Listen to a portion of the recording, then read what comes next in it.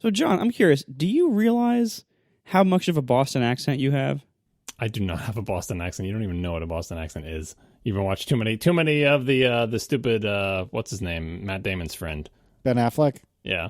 I know what a Boston accent is, and I know you don't have a standard one, but you do have some of one. And I don't think you know this. I don't. I know during this podcast I misspoke and said some word that sounded like it had a Boston accent because I like bailed in the middle of a word and changed to a different thing and it ended up coming out. I recognize that I did that in this episode.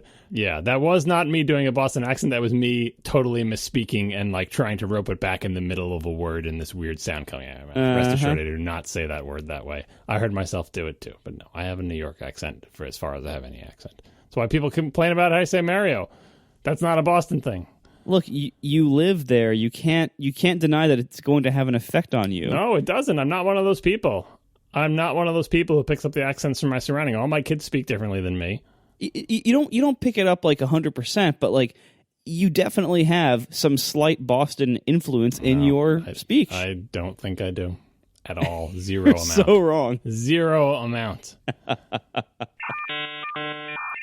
Like some sort of weird access issue for the past 2 days trying to get to Daring Fireball. Like, it's not a DNS thing because I think it's going past the DNS stage, but it's just taking forever to load. Like, I started to load a page before I picked up your call. It's still loading. The progress bar. It still has a white screen in Safari. Is it possible that it's because your computer is slower than like my phone from last year? That's not it. I can't load that demanding site Daring Fireball with all its widgets and gewgaws. Widgets and what? How old are you? What is a gewgaw? It's a word. Are you sure? How the hell do you spell that? I'm very sure. Geegaw. I think it was officially removed from the dictionary 30 years ago. A showy thing, especially one that is useless or worthless. And also it's usually Gewgaw, a gewgaw. That's what I said. I thought you said gewgaw. Oh, you're right. I did. All right. Well, then maybe gewgaw isn't a word. No. What is it? An alternate spelling? I think so because I looked up gewgaw and ended up with gewgaw. Yeah. Oh no. I guess it's just an autocorrect thing because it's usually gewgaws. Apparently, it's usually plural. Wow, this is already taking a turn for the unexpected. It's important to get things like this right. No, Merriam-Webster has it. It's a less common variant of gewgaw. I don't want to do this first time and follow up because I really don't want to hear any more whining about the new MacBook Pros, gentlemen. It'll be quick. It's a quickie. It's a quickie. Okay. I'm sure that once you bring up a complaint about the MacBook Pro, it's totally going to be a 3-second endeavor. It is. Bull. I wanted to put that it was quick in there. Really quick, I promise. I guarantee that it won't be. Great. I'm already punchy. You having a holiday party? No, I'm not. I should be. That's the problem. Especially given this first item of follow-up, I need a holiday party. Look, until the laptops are fixed, we're going to keep talking about them. Hey, you know what? They're not all bad. That's true. Anyway. All right. 60% of them don't have keyboard failures, apparently, are fine. Yeah, but they were all bad. I don't know that reference, John. Don't care. I'm already punchy, so let's just get it out of the way. We're starting with follow-up, ladies and gentlemen, and apparently John thinks that his complaint about a 2016 or 17 MacBook Pro will be, and I'm quoting, very quick, I guarantee it. So look at the timer, look at the elapsed time. Let's go. Buckle up, kids. What's going on, John? I've got one of these at work, remember, so I use it every day, so I have occasion to have complaints. Anyway, I noticed this today. I very rarely do anything with my laptop at work except keep it closed and plug it in to other devices. But I was in a lot of meetings today, and I had the laptop open, and the lighting was just right, and it occurred to me that still, in 2017, Apple is making keyboards where the keys touch the screen when you close it. And that's been true for years and years and years and years. Has it ever not been true? Has Apple ever made a keyboard where the keys don't touch the screen? Well, guess what? Finger grease is on the keys, and now finger grease is on my keyboard in the shape on my screen in the shape of my keyboard.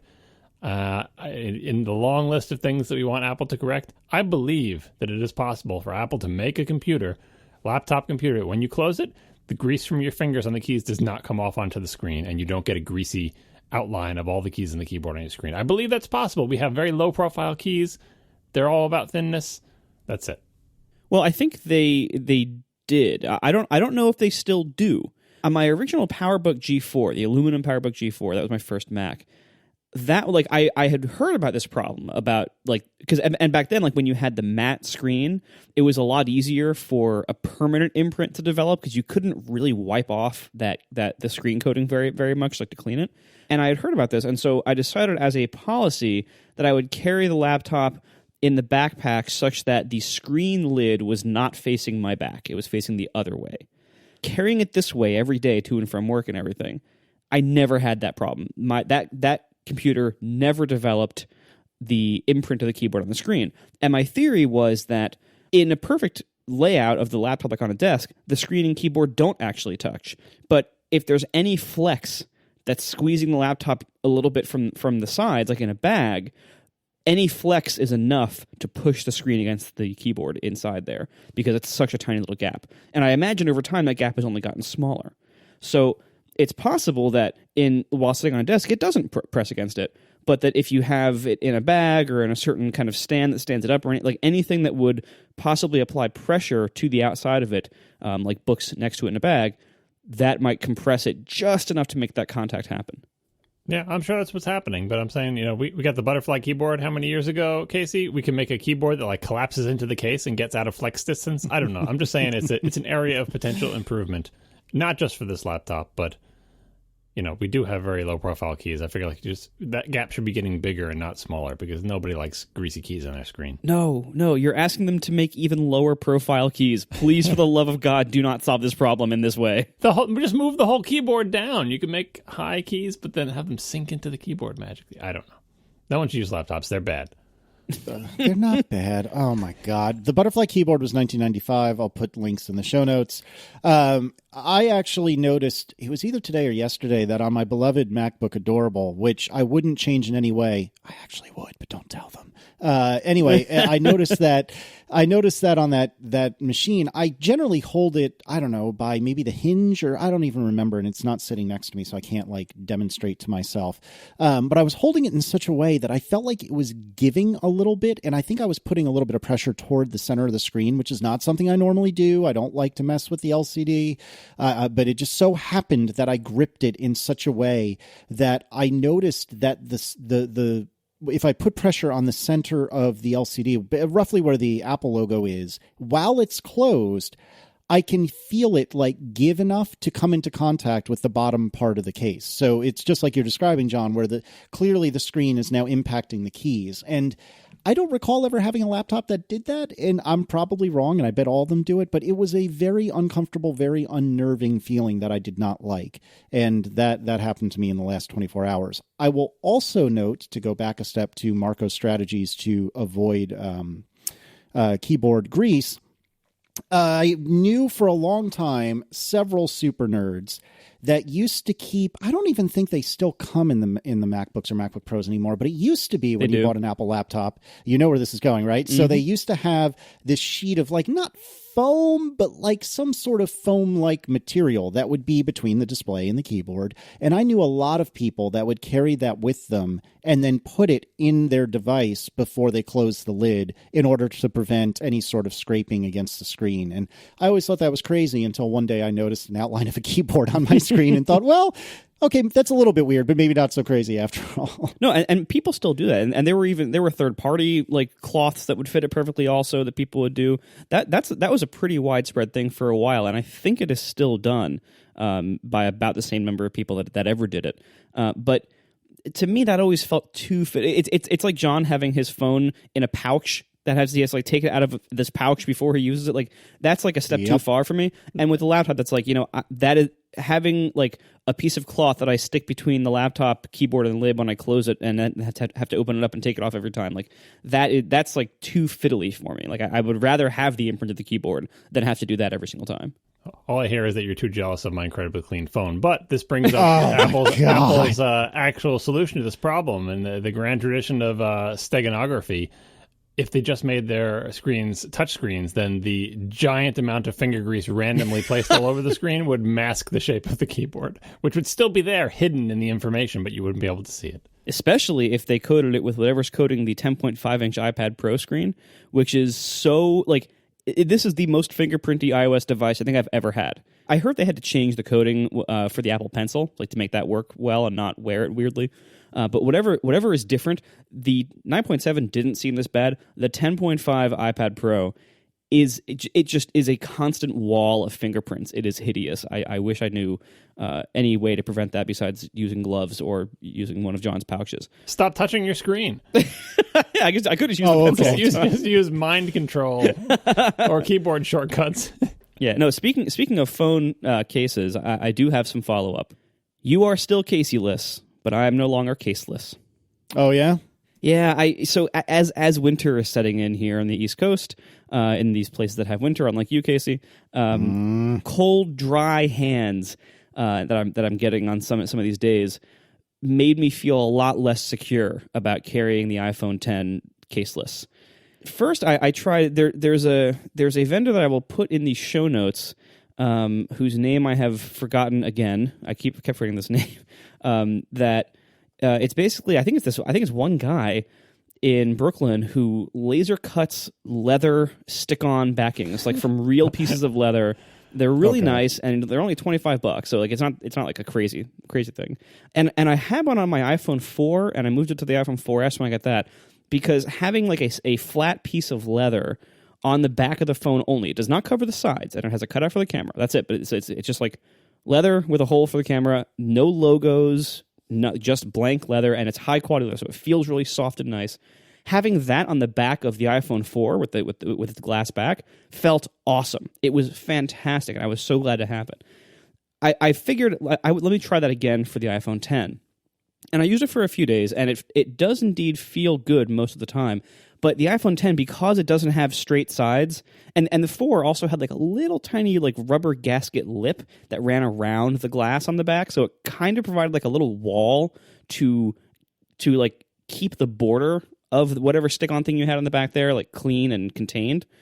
The new phones don't have that. They're so curvy and rounded on the sides that any kind of stick-on thing that only covers the back, if it has any thickness at all, like if it's more than just like a vinyl sticker kind of thing, if it has any thickness at all, it kind of has to create its own edge, and that edge kept getting like peeled up as I would just handle the phone. Like it just clearly this is not really made for this anymore, and so as much as I love the feel of that, I decided like I need something else that provides grip. Went to the Apple store and felt all the cases, and I actually props to the Apple Store. It used to be impossible to try out a case in the Apple Store. Then the stores had these, like some stores would have like these tables in the middle somewhere where they would have like a little box or rack full of cases that you could try on, like with an employee's help. And now they just have like the case, like they have an example case on the little post that the other cases are like that the boxes for the cases are hanging on, and you can just pick it up and stick it on the phone that you have in your pocket. You can even put it in your pocket and nobody arrests you. And then you can go put it back and decide whether to buy it or not. And so you can actually try out all the cases on your phone, in your hand, and in your pocket to see how they all feel, which is really nice. I got to give them credit for that. Anyway, I tried the silicone case because that provides the best grip of all the cases. But when it goes in and out of a pocket, I have a serious problem with the amount of friction that it has there. I may eventually go to that anyway, but I'm hoping I don't have to. I tried the black leather case. First, I tried the red leather case. I tried like colors and everything. The colors seemed way too aggressive to me because they come up around the edge. And so you're not just seeing the color on the back of your phone. You're seeing the color framing everything on your phone all the time.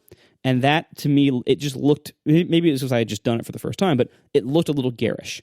I didn't want like this bright red, 3/4 of a rectangle around my content all the time. So I went with just the Apple black leather case, the same one I had used for the 6 and 6S. It's fine.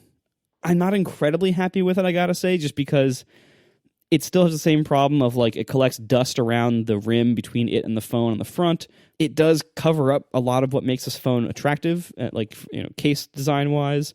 It does smooth out the camera bump completely, which is very nice because the iPhone X has a very prominent camera bump, even more so than the previous phones, and it really stands up far off a desk and makes it hard to lie flat. So the Apple leather case does fix that, but ultimately, the one thing I'm kind of dissatisfied with is just that it makes the phone a lot bigger in the hand. And I know, Casey, did you ever use yours caseless? I have very, very, very, very briefly, but I am way too scared, especially since I didn't pony up for AppleCare this time. I am way too scared to do it with any sort of regularity, and so it is almost exclusively lived in the leather case, and so I do quite like the leather case. I've used leather cases on and off for most of my history with iPhones. I feel like this one, I am particularly, I don't know if I'm looking for what word I'm looking for, frustrated, annoyed, displeased, but one of those negative adjectives, because I feel like I'm getting way more pocket lint around the sides than I've ever had before. That's probably me being completely bananas, but it just seems that way.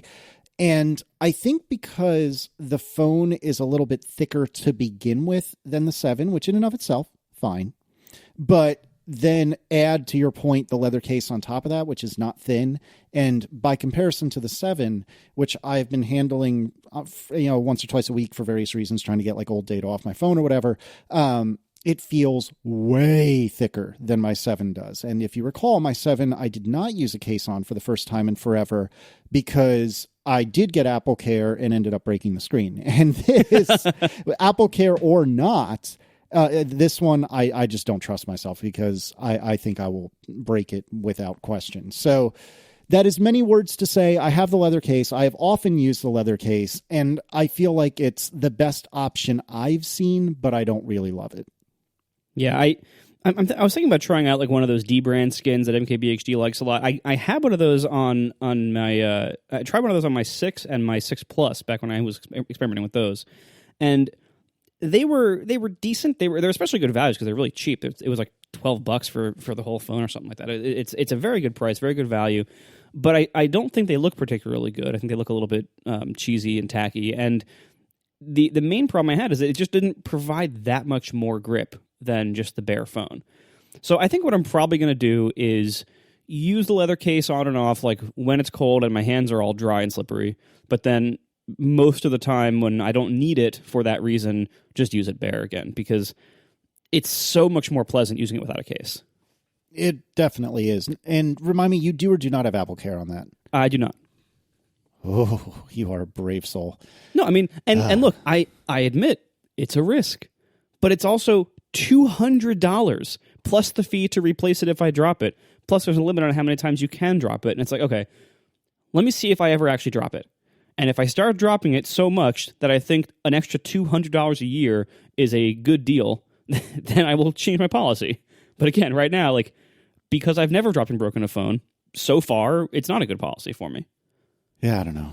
I mean, really the only clear, obvious answer is to just put it in a little baggie every time you're done using it. I mean, why else? Why would you do anything else? It's the only logical conclusion. Keeps the screen clean. Oh my God! Don't have to worry about scratching on stuff in my pockets. Remember, it's only when I'm outside the house. Not when I'm in the house. See, to me, like the screen would even or the little pouch that John has to drop his phone in and out of. That to me would increase the risk of dropping it, because that's one more thing that you have to put it into. And what if you slightly miss the edge of the pouch and it falls off? Like, yeah, that could happen. I've never dropped my phone, but if you are prone to dropping, this probably increases your chances of dropping. Right, there's one more opportunity to miss something. Right, and on the way out too, it's like, here's one more thing you have to take the phone out of. Maybe if you reach into your pocket, you pull it out, and maybe you forget that it's in there, and it accidentally slips out the bottom of the pouch. Like, there's so many conditions where I think that's actually increasing your risk of damage. It probably is, but like I said, it hasn't happened to me.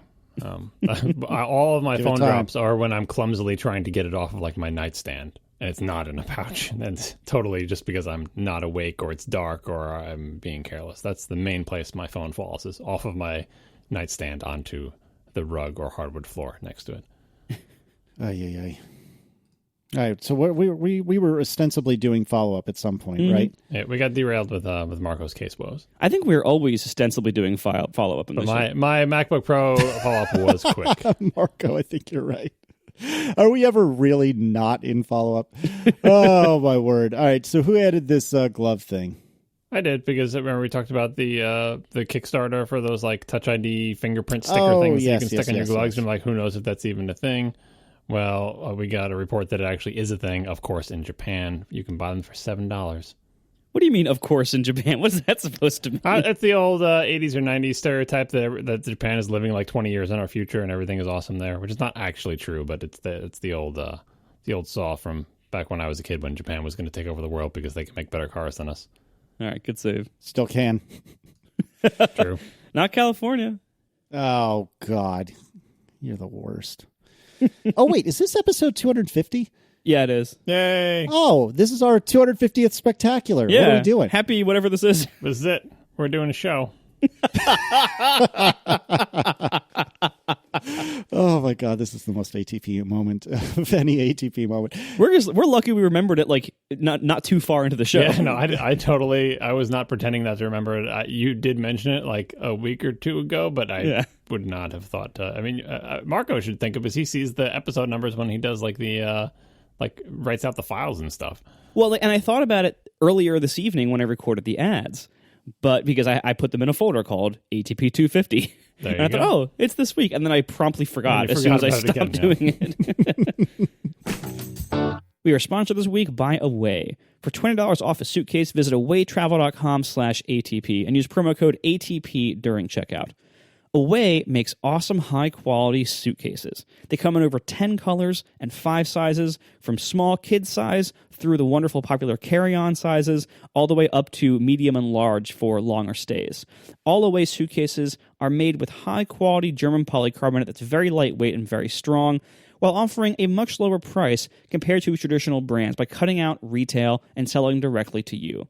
They have all sorts of convenient features, like 4 spinning wheels instead of 2, a patent-pending compression system on the inside to help you pack a lot of stuff in there if you need to, a removable and washable laundry bag, a TSA-approved combination lock, and one of the coolest features is in their carry-ons, they have built-in USB batteries, so you can actually charge your phone while you're waiting in an airport for your flight, and it's wonderful because you never have to arrive with an empty phone. It's one of those convenient little features that you wonder, like, how did anybody ever not have this in a suitcase? It's pretty awesome.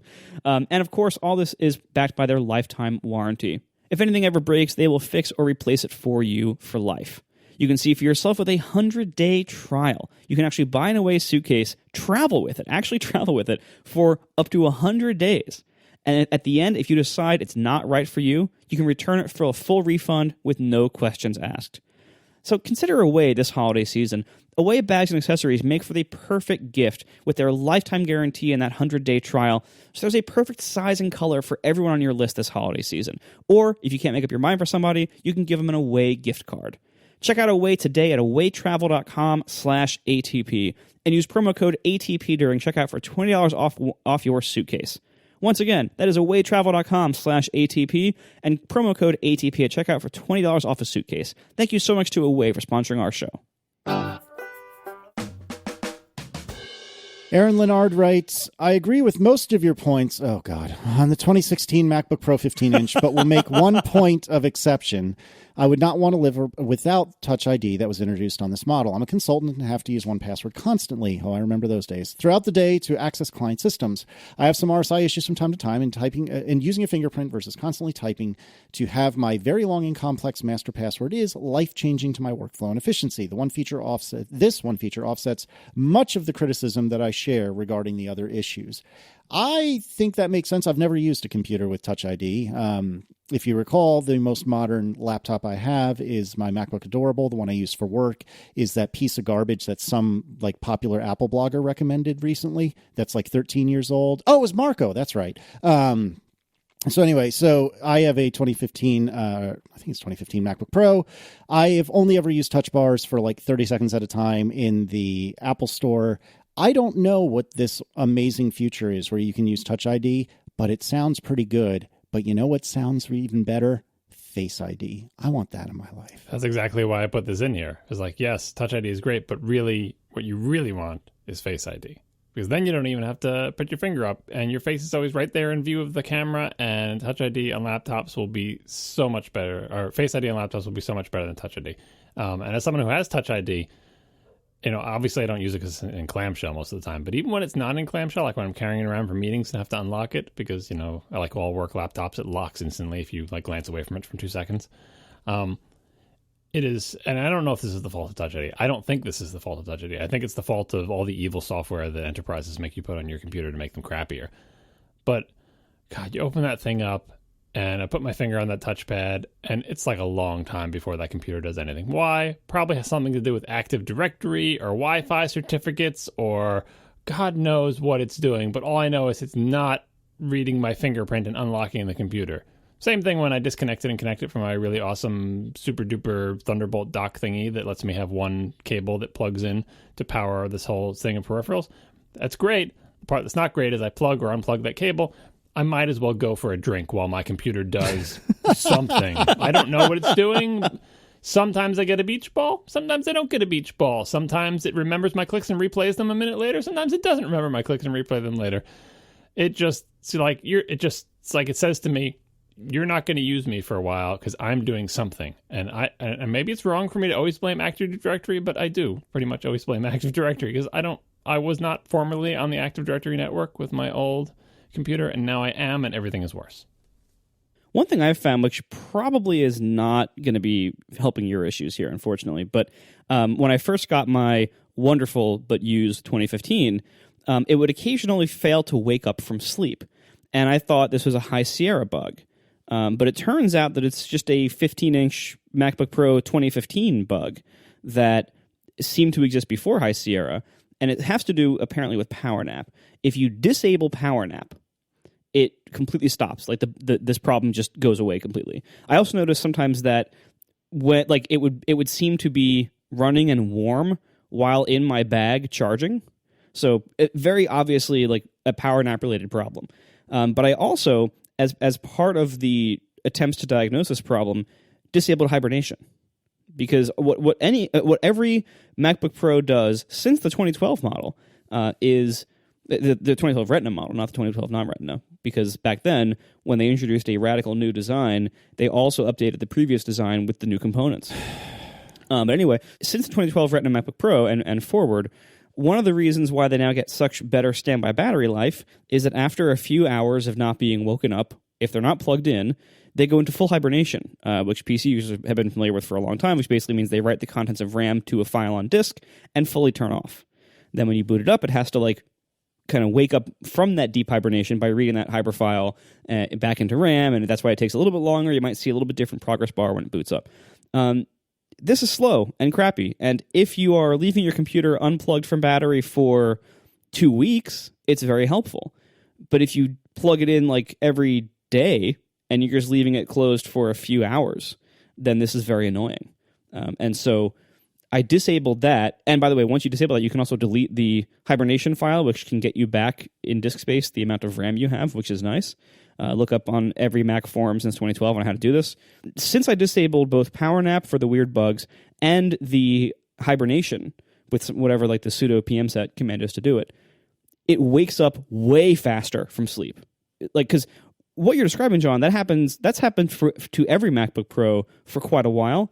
I did notice in my time using the touch bar versions, that was always way worse on the touch bars. So whatever it's doing, waking up from sleep or hibernation or whatever it is, something seems to be extra long or delayed or blocking or waiting for something on touch bar models.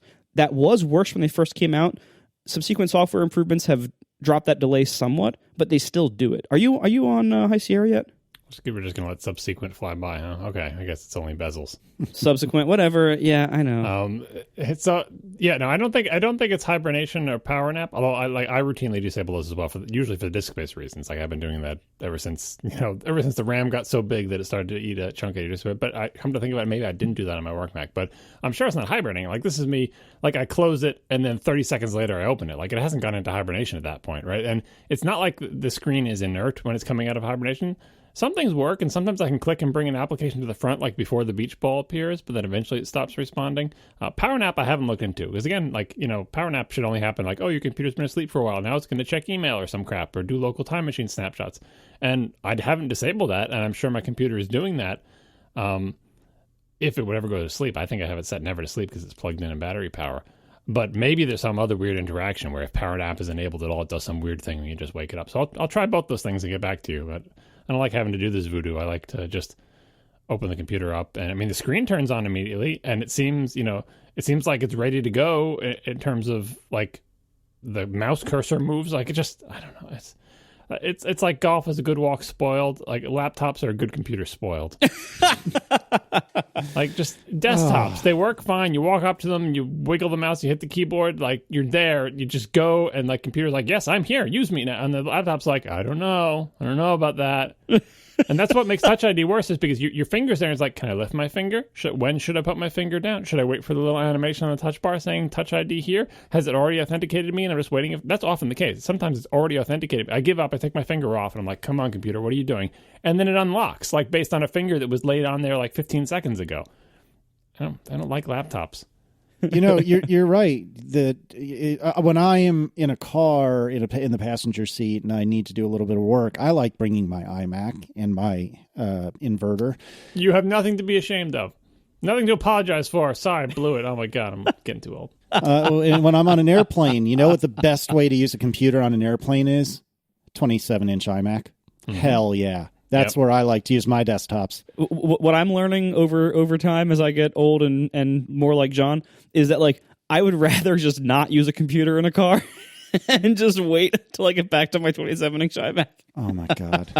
Listeners, I hope somebody out there is I literally just facepalmed. I hope somebody else out there is facepalming as bad as I am, because you guys, man, the combined age of the two of you is approximately 134 years old. No, actually, the real answer, I mean, the thing that both Marco and I think everyone would agree on, iOS devices. Like, you don't have these problems on iOS devices. Imagine if you took out your iOS device, like your iPad, and hit the power switch and had to wait the amount of time I have to wait to use my laptop. It would be like, is this thing broken? Right? It instantly, like Face ID, Touch ID, it's like ready to go instantly, immediately. None of this whole, like, let me wake up and do whatever I'm doing and put a beach ball. There's no place to put a beach ball anyway. Like, if an iOS device does that, it seems broken.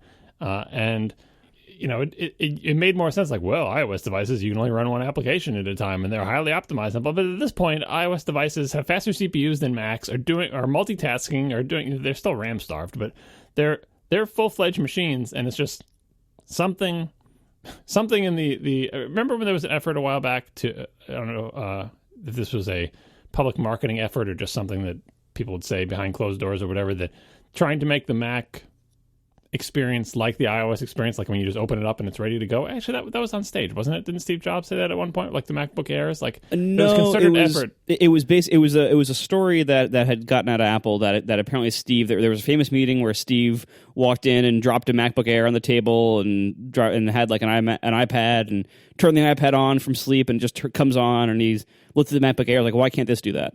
Something like that. There right? you go. Yeah, so who knows if it was real or not, but anyway, I endorse that idea that iOS devices feel so much better because there's so much crap that is just unacceptable on an iOS device, and on the Mac we're still suffering under the burden of, you know, this older behavior that, you know, I guess laptop users just live with and just think it's the price of using a laptop, and I don't like it. Well, I mean, you know, the job that a laptop has to do is way more complicated. Like a lot of that, like waking up from sleep delay is stuff like checking USB peripherals and, you know, stuff like that iPads don't have to worry about.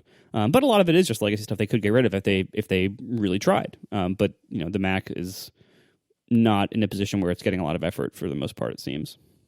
I thought that Macs hibernated every time they went to sleep. They just kept the memory powered on until the battery had dropped like quite a bit or was at a dangerous level or something like that. I thought they always wrote the contents of RAM to disk every single time. I hope that's not true. I routinely disable it on the laptops that are in my house just to save the disk space. But if that's also a benefit, I'll look into it. I'll make sure it's off on my work one and see how it goes. Last bit of follow-up. Dan Lear writes in, this is with regard to our Thanksgiving list from last episode. Nobody's thankful for the Switch. I'm surprised the Switch didn't make anyone's list, despite how much time you've talked about Zelda, Mario Kart, Stardew Valley, and playing with friends and family, etc.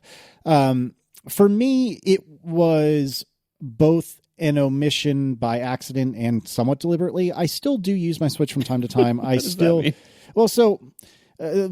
think John put this in the show notes, and he cut the key piece which was, I believe Dan had said, basically, is this because it was a fad or because you just don't, or you just didn't think of it? And for me, it's kind of both, right? Like I didn't think of it at the time, but even if I had, I don't know that I would have said it because I don't use my Switch near as much as I did when I first got it. And I do still like it, and I'm glad I spent the money on it. But it's very rare I find myself picking that up in the evenings, but I've also been just super, super busy for quite a long time now.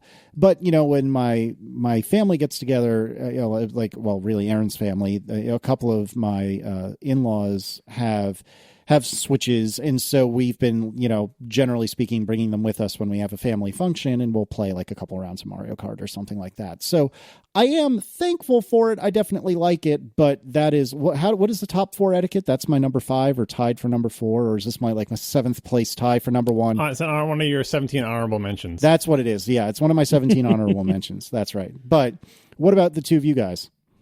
I mean, for me, I should have put the Switch on my list, and I simply forgot about it while making that list, which is funny because I played it like an hour before and played it again the next day. So yeah, the Switch has been fantastic for me. And, as the audience knows, I am not much of a gamer at all most of the time. I usually get into like one game a year, maybe. I'll be into it for like a week or two, and then I'll stop, and then that'll be it. And because Tiff, my wife, is a gamer, we usually have all or some of the current generation game consoles in the house ready to go, and I hardly ever touch them because I just don't care that much. The Switch has changed that. It's really good, and I mean, this isn't about a console. This is about the games, and just Nintendo was in such a bad place with the Wii U.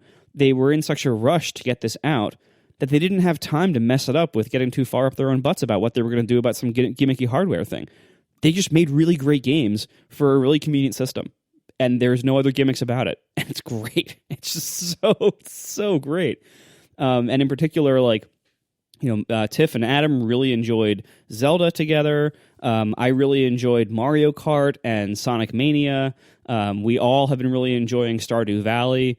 And there's so many more games. Like I've bought games on it that I haven't even run yet, just because I heard they were so great. I bought them thinking I'd play them, and I haven't even had time because I haven't been too busy playing all the other great games. Like there's a surplus of amazing games for it that we haven't even had a chance to play all of yet. That's how many great games there are. And so to have all this in a mid-priced system that's very practical to have in your life because it can be both portable and stationary, although honestly I don't like the portable version of it because the screen's too small and the controllers are too skinny and they give my... You have problems with the portable thing. You don't say.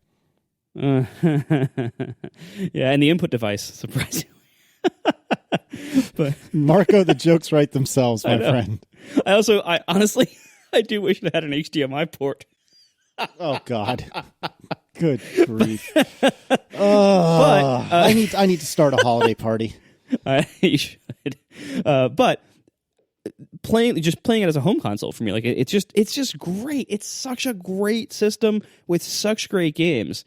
The Switch, I am happier with the Switch than any video game or video game system, at least in the last decade.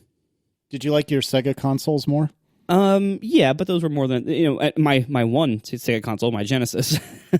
But that was a long time ago when the Genesis was current, which was in 1993. So yeah, totally. No, I'm not trying to mess with you. I'm saying, to the best that you can remember how you felt when you were 11, do you feel like the Genesis provided you more joy than the Switch does? And obviously that's a tough question because you're a very different person now, but if you had to choose only one, in their current time, so I'm not asking you to choose the Genesis over the Switch today, what do you think you would do?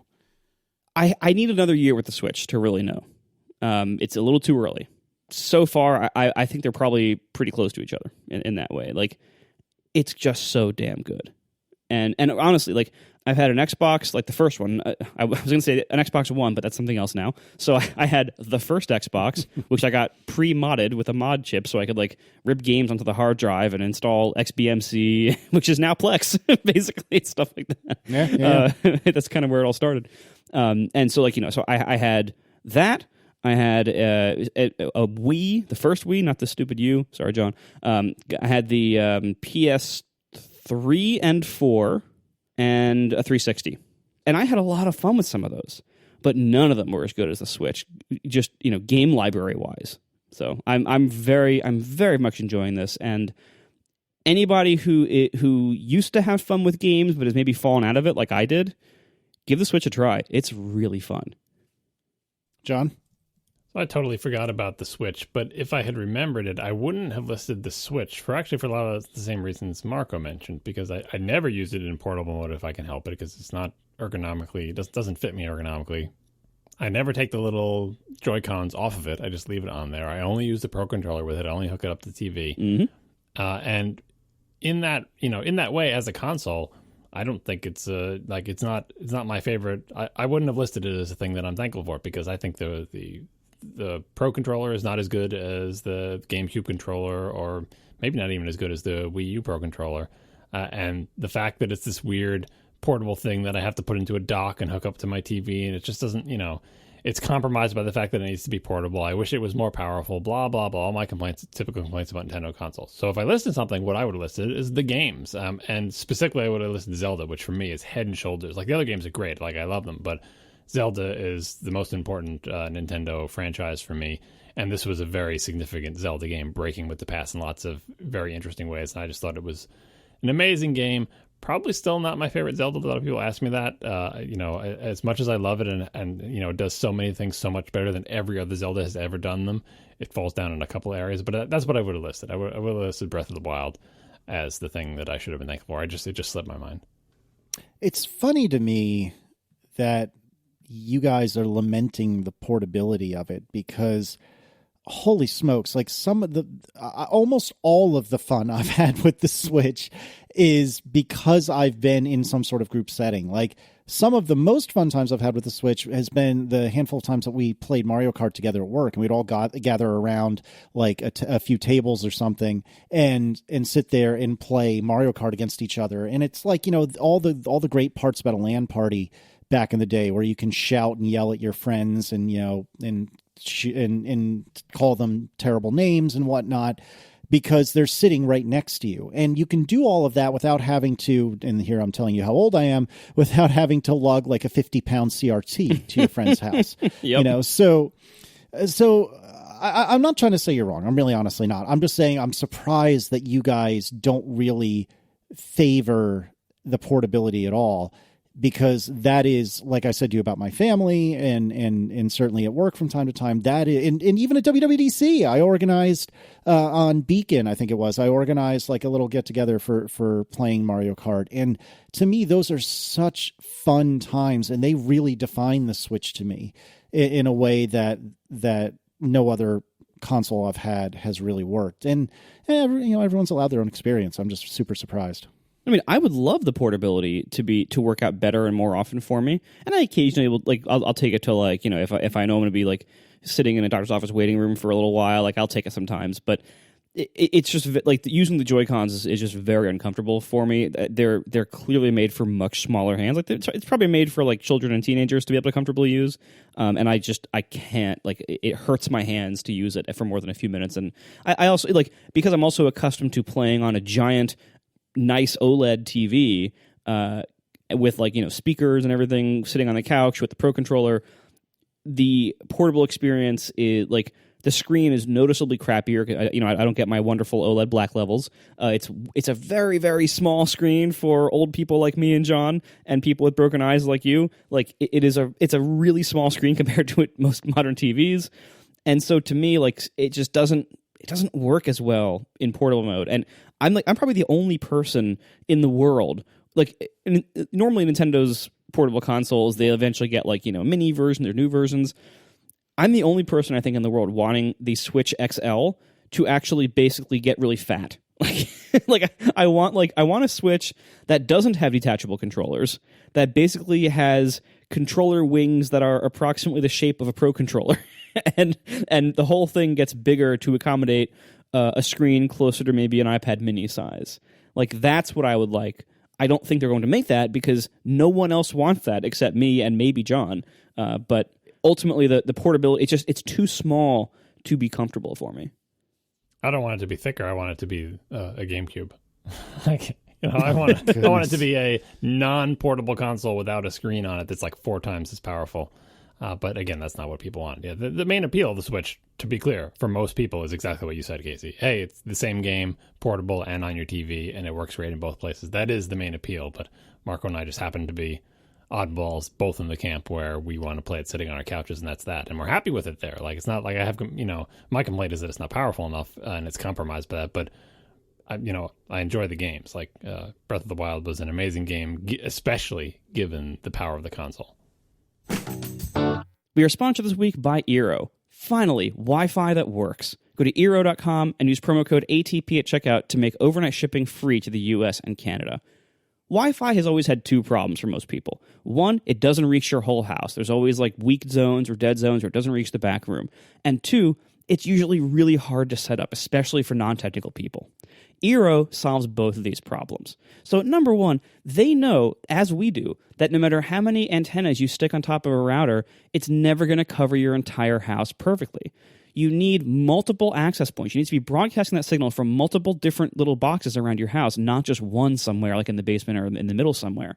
Eero solves that problem perfectly by having multiple radios. So they have two different models. They have the standard Eero base station, and this is now the second generation one. It has a much faster radio, much faster throughput, and they also now have these little beacons that you can plug in at different points around the house to help broadcast more Wi-Fi signal. The beacons are these little flush things. They sit flush against the wall just in an outlet. It looks kind of like a big nightlight, and in fact, they even built in a nightlight just to help you out, make it a little more useful. And you can plug them in anywhere. Everything is now faster, longer range, better performance. So they solve the coverage problem better than anything else I've seen. And then they also solve the ease of use problem also better than anything else I've ever seen. This is one area, if you're a nerd and you've used multiple access point Wi-Fi systems before, like I have, you will be shocked how easy Eero is to set up. It is really quite something else to see. And it's so easy, I can easily recommend it to any kind of non-technical friends or family you might have if you need to help them with their Wi-Fi this year. Check out Eero. You will be shocked how easy it is, and the performance is wonderful, especially with this new second-generation hardware. The new beacons are small, discreet, and very, very flexible. You can put them pretty much anywhere, and they have the nightlight built in. Check it out today. Go to Eero.com, that's EERO.com, and use promo code ATP at checkout to get free overnight shipping to the US and Canada. Thank you so much to Eero for sponsoring our show. So we should move on to askatp, and conveniently, we have a Switch-related question. Star Sasumi writes, have you guys played Super Mario Odyssey? How do you think about it? What do you think of it? And I have not, and that's in no small part because I haven't really touched my Switch very much recently.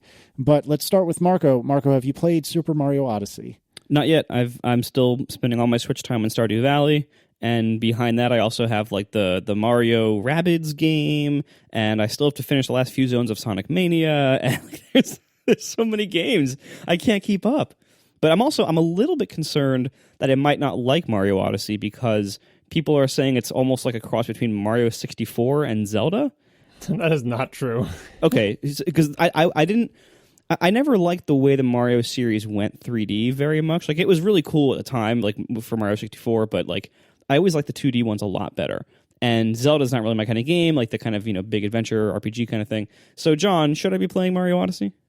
If you don't like 3D Marios, Super Mario Odyssey is a 3D Mario. I like 3D Mario, so I like Super Mario Odyssey. And in the pantheon of 3D Marios, I don't know where I'd put it. Like, I really liked Galaxy as well. Galaxy was very different and had, I think, more of a twist on the typical Mario formula, even if it was more constrained by like being on little planets and doing stuff. And Mario Odyssey is a little bit more of a return to conventions of, well, it's just regular 3D Mario with a little bit more open world, but Super Mario Odyssey is so unashamedly wacky. In some ways, I feel like it's sillier than I want it to be. Like, I take Mario more seriously than this game does. But in other ways, it's highlighted to me exactly how much more I like some of the other franchises. Like, Zelda is my number one, and I think even Metroid has been elevated to potentially the other franchise that I'm more excited about. But as far as Mario games go, if you like 3D Mario games, you'll like this. For Marco, maybe something that will keep him interested in is they do have tons of nostalgic pandering to the people who are fans of 2D Mario. But if you really don't like 3D Mario, I'm not sure that'll be enough to keep you interesting. But I would say just like, honestly, play it, like, and let Adam play it and just watch. Like, it's just such a fun game. It's so unashamed to say there's no rhyme or reason why this is here. It's just because it's fun, and there's lots of fun things to do and explore and play with, and you can kind of go at your own pace. And it's very, very gentle, and it's not particularly punishing except for a couple of checkpoints that are a little farther back than I would want them to be. So I say you should definitely get it because I think your family as a whole will have fun with it. Whether you will spend more than a little time with it, I don't know.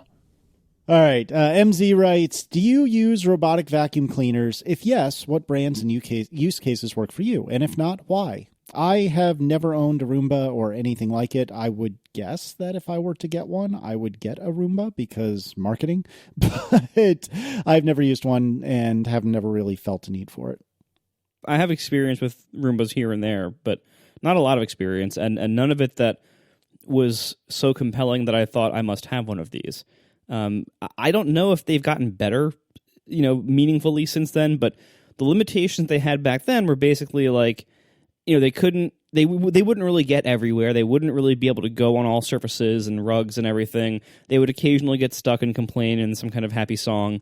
I know at least the newer ones will like go back to their base and charge themselves, which is nice. But it just seems like a lot of trouble and noise and expense and hassle and one more electronic thing to manage to solve a problem partway.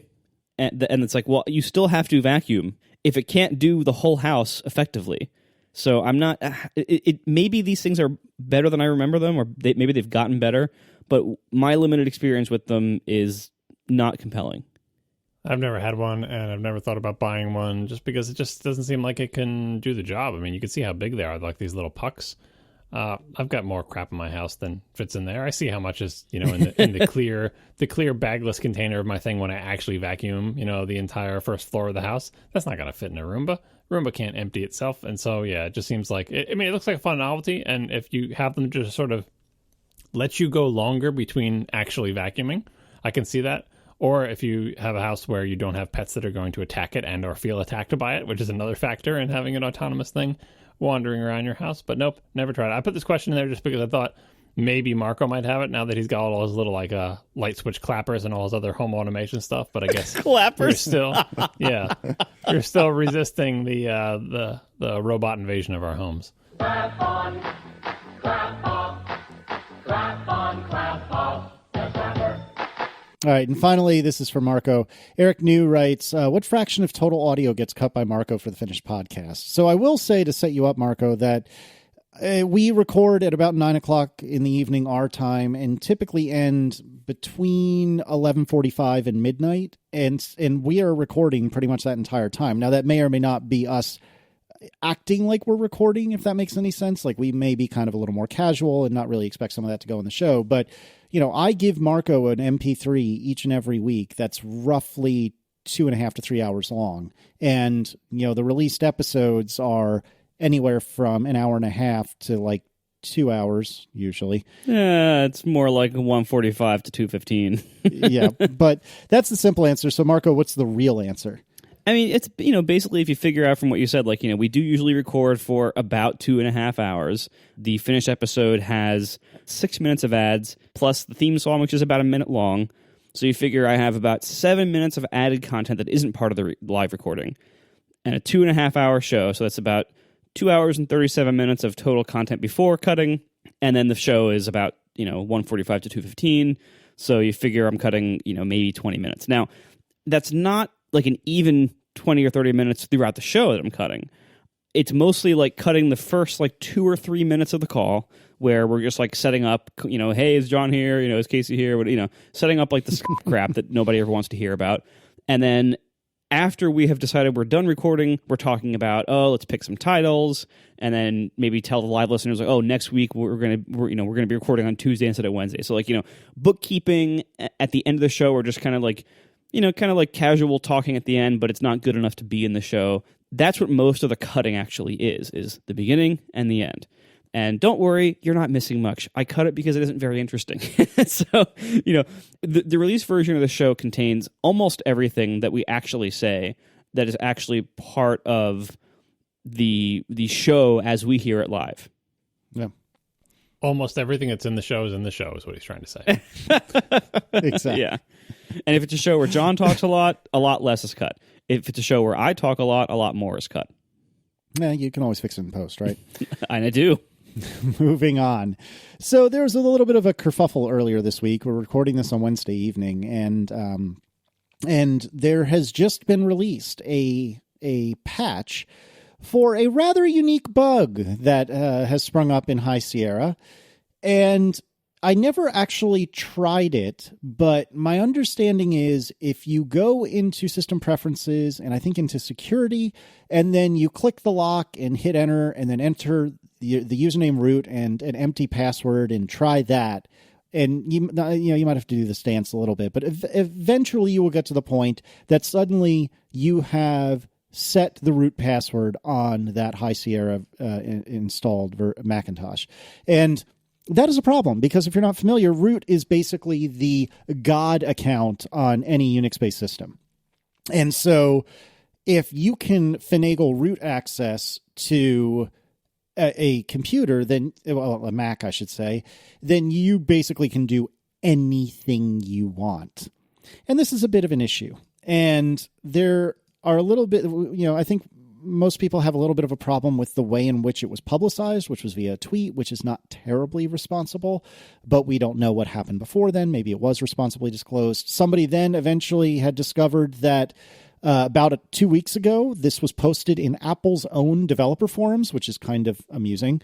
And Patrick Wardle has done a deep dive into why they think this happened. But that's kind of the setup. John, I presume you particularly have many thoughts on this. So do you want to kind of fill in some of the blanks here? Yeah, by the time you hear this will have all been solved for everybody because, there was about, like a day and a half between when this was widely publicized on Twitter and when Apple put out the fix for it. And not only has Apple put out the fix, like if you have High Sierra and you go to software update, you can get the fix, but they will starting later today in their message, which means they probably already have done this. They're going to forcibly push this fix out to everybody running High Sierra. Like you won't have to run software update. You won't have to check for updates. You won't have to click a button. It will just go out and you don't need to reboot either. It will just go out onto your computer. And that's a mechanism that Apple has used a couple of times in the past. I think the only one that I could remember, and I think the only one that Jason Snell could remember as well, was the NTP bug with the time server thing that they also pushed out. But I'm assuming it's either the same exact or very similar to the mechanism they have for pushing out updates to malware, which they also do without you having to do anything behind the scenes without any other updates. Like they'll push the malware updates. And I have no idea when those are happening because who would know? I guess you could just diff the malware definition file and see when it changes. But anyway, if you're listening to this now and you're using a Mac with High Sierra and you're connected to the network, this problem should be solved for you. Unless, of course, the fix causes problems, which for some people it has. Apparently, it's possible for the fix itself, which was rolled out in a day, to cause problems with doing file sharing. And there's a fix for the fix, which Apple also has a tech note for, that you can run some other command and that will fix their fix, which is why usually fixes don't come out 24 hours after a problem was discovered. The root cause stuff is interesting. It's difficult, the thing that Patrick Wardle wrote up, because he doesn't have the source code to all parts of the operating system. So he's like disassembling it, which is a heroic effort to, disassemble often without any symbols to try to figure out what the heck is going on. Has he updated that thread? I don't know. But anyway, what it looked like when I read this post earlier today was that it was the programmer making the classic mistake of getting confused about what the return value means from a function. There's multiple schools of thought and multiple cultures on what return values mean in terms of what indicates success or failure. The sort of Unix system call kind of way is 0 indicates success, and anything that's not 0 indicates some form of failure. But there are also whole other swaths of whole other APIs in other domains where a true value or 1 or a Boolean or something like that indicates success, and a false value or 0 or undefined or whatever means failure. And those conventions are opposite of each other, and it can be very easy when you're programming to get confused about which is which, especially if you're in some kind of domain of like your own code that you wrote where you're not sure what convention it's following or whatever. And if you get that return value wrong, then you may proceed as if something has failed when it succeeded, or vice versa. And you can read the root cause. It's a series of things that stem from that, where Macs come by default with the root account disabled. and this thing accidentally enables it, and it enables it and sets the password to whatever you wrote in the text box, which is an empty string. And then from that point on, if you try to log in again with the empty string, it succeeds the second time because the first time it both enabled the account and set it to empty string. It's just, typical with these type of bugs. Lots of things have to go wrong for it to fall down. But I'm assuming the fix was fairly straightforward, but apparently not, because it borked everyone's file sharing. Who knows? Maybe it had to do with applying the fix without restarting, which is not something that normally happens with security updates. Or maybe it does. I don't know. I don't keep track of when you get a security update in a software update, does it require a restart all the time? Not all the time. Yeah, maybe not for all of them. I guess it depends on what it's patching. If it can just patch a daemon and then kill it, and it'll auto restart itself. Anyway, this is a bad one. This is pretty much as bad as a local exploit can get, and it was a local exploit that was remotable, because if you have screen sharing enabled, the local exploit suddenly becomes a remote, because the exploit itself is that it allows you to log in as root with no password if the root account is disabled. I also believe that the fix they push out disables the root account again, and maybe they had to do that just because they're afraid everyone enabled it. By the way, the workaround for this was, enable the root account and actually set a legit password, which is why I thought I'm totally invulnerable, not the least of which because I'm running El Capitan. But anyway, I always enable the root account on all my Macs, and I always set a password on it, because I use the root account to do Unixy stuff. So even though Macs ship with the root account disabled, one of the first things I do is enable it and set a password and do all that stuff. So I thought I didn't have to worry about it, but I actually checked my wife's computer, and for whatever reason, I guess it's because when we got it as a new computer, I never did any of the Unixy stuff over on it. She did have the root account disabled. Anyway, this update, the fix, will re-disable the root account. So if you don't want the root account disabled, re-enable it, set a strong password on it, and you'll be back. So yeah, this is a bad one. And because this is a fairly terrible error and a 1-day, 24-hour turnaround time on the fix and all sorts of other things, lots of people are attaching various levels of significance to this. There's a lot of threads going around revisiting, Apple's quality control. Is it going downhill? This never would have happened if Steve was alive, blah, blah, blah. I guess we can talk about that in a little bit, but the one thing that's brought to mind immediately, and I didn't spend much time Googling this, so maybe I'm misremembering it, but almost this exact same bug was on the Mac back in the days when Steve was running the show, and I believe it was on the lock screen, on your laptop or your desktop, or you get the screen lock, and it says enter your password to unlock the screen. And all you needed to do was type a whole bunch of characters in the password field until it overflowed some buffer and caused the screensaver to crash and unlock the screen for you. And I think you could even hold down. I think you could even hold down the return key, and it would still do the same thing. I forget. I may be misremembering. Maybe people can tell me if I'm misremembering. But that's the thing with security. It doesn't matter how silly the mistake is, silly the programming mistake is, right? If it's in just the wrong place, your whole security edifice falls down. So I actually don't think this security error is indicative of any larger problem.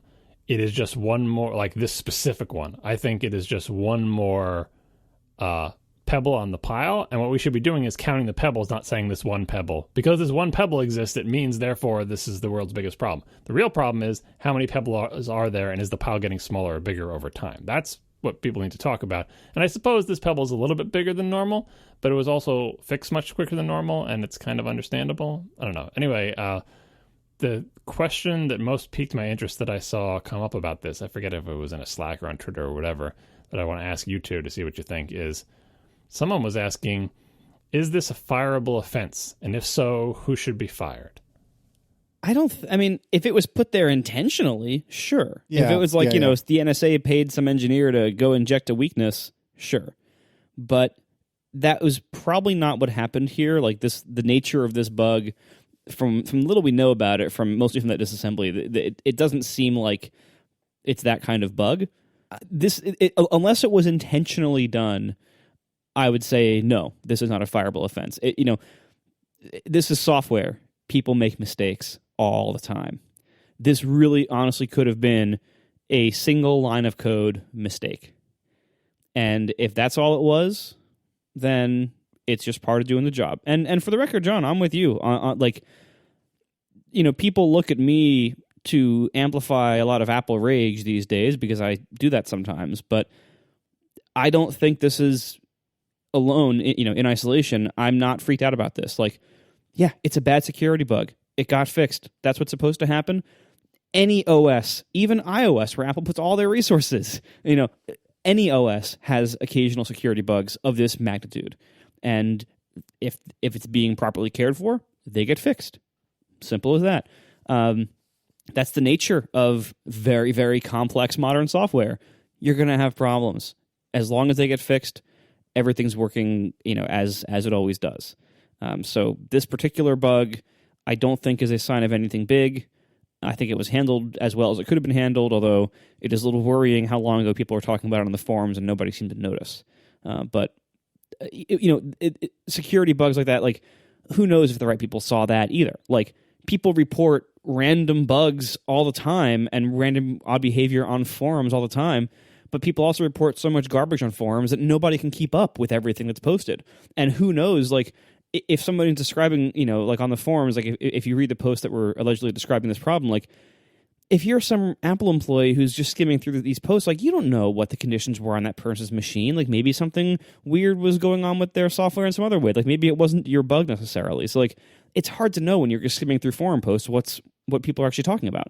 And if this is a real issue that you need to worry about, if it's your bug, or if it's just like some weird thing that they did or that they're recalling badly or describing badly, so, like, I don't see anything about this bug that is cause for massive concern on any kind of real scale. I see lots of other ways for concern for Apple, but this is not one of those things. And to go back to the actual question you asked, once again, to summarize, no, this would not be, as long as this was done unintentionally, this is not a fireable offense. This is just developing software.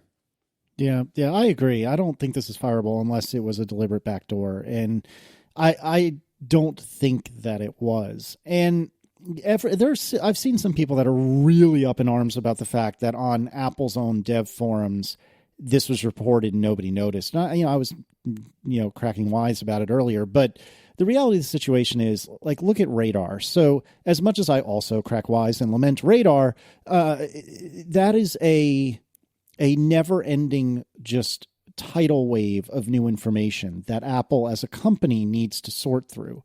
And if you look at Radar, which has a fairly high, in my opinion, cost of entry in terms of, like, who's really going to file a Radar? Not any normal schmo. It's going to be a super nerd developer who actually is silly enough to spend the time doing it. So think about this insurmountable wave of information coming off Radar, which is Apple's internal/external bug reporting tool. And then amplify that, like, by several orders of magnitude, and that's a forum. So there is no way that anyone, like, I can't imagine anyone's cruising the forums looking for reports of security vulnerabilities. Like, that's just not a thing. So as much as I joke about how it was reported on Apple's own forums and they should have noticed, like, no, they shouldn't have. And they've turned around to fix as quickly as possible. I wish they QA'd the fix a little better, because up until a few minutes ago when one of you mentioned it, I didn't even realize the fix needed a fix. But, they're trying to do right by everyone and trying to get this right as quickly as possible. And I think, to my eyes, and maybe it's easy for me to say this because I'm hugely biased as a developer, but I feel like, yes, the root cause of this was a developer making an oops, but this to me is I'm more alarmed by the QA process than I am the developer that made the oops, because this seems like the sort of thing that I feel like it should have been caught in quality assurance, and clearly it wasn't. And that's the thing that scares me a little bit. But somewhere, I guess they made a statement to several outlets, including iMore, and I don't have it in front of me, but they basically said that they're going to provide a write-up of what happened. Is that right? Do you know what I'm talking about? They said they were going to do basically a postmortem and talk about it, if I'm not mistaken. I have the Apple statement in the notes, but it doesn't say anything about that. We are auditing our development process to help prevent this from happening ever again. I could have sworn they said they were going to talk about it publicly, but I guess not. I think they just did. Yeah, fair enough. That's probably the extent that we were going to hear about it. But honestly, again, like, unless it was intentional sabotage, I don't think the cause for this is going to be very interesting. It's just, yeah, somebody messed up. It could, like, like the go-to-fail bug from a couple years back. That was most likely a random copy and paste, or, like, a bad merge. Like, it's possible that somebody, maliciously put that there to for NSA purposes to make it look like an accidental bug. That's possible, but that's a lot less likely than just somebody messed up. Because it's software. People mess up all the time. That's why you have to have systems in place to be able to update things and patch things, because it's going to happen. And no matter how many tests Casey writes for you, it's still going to be, you're still going to have bugs. Well done. So I asked about the firing thing just because it was a sentiment that I saw for a lot of people discussing, and it seemed to me that a lot of discussions centered around people arguing about who should be fired. Like, oh, the programmer who made the mistake should be fired. And no, the quality assurance should be fired. No, actually, neither one of those people should be fired. It should be their manager. No, it should be Tim Cook. Like, who is ultimately responsible and how do we make people accountable? And it was, kind of a test/trick question for you two, and you both got what I think is the right answer. But you both write software, so I think that's why. But like, when people are angry about something, like, you don't have to be particularly technically savvy or into the details of computers or a program or anything to understand how bad this bug is, because it seems like one of those bugs that if we saw it in a movie, we'd be like, that's ridiculous. Like, that's so fake. Couldn't they come up with a better looking bug? It's like just comically, just hit return a second time and now you're in. It's almost as bad as when Windows 98 would have a login password up on screen. You could just hit cancel and it just proceeded with the login. Yeah, someone showed the old video of the Windows 95 one where you could hit the question mark to get the help screen and eventually navigate your way to to the open save dialog box and just open my computer with like a right click. And you're in.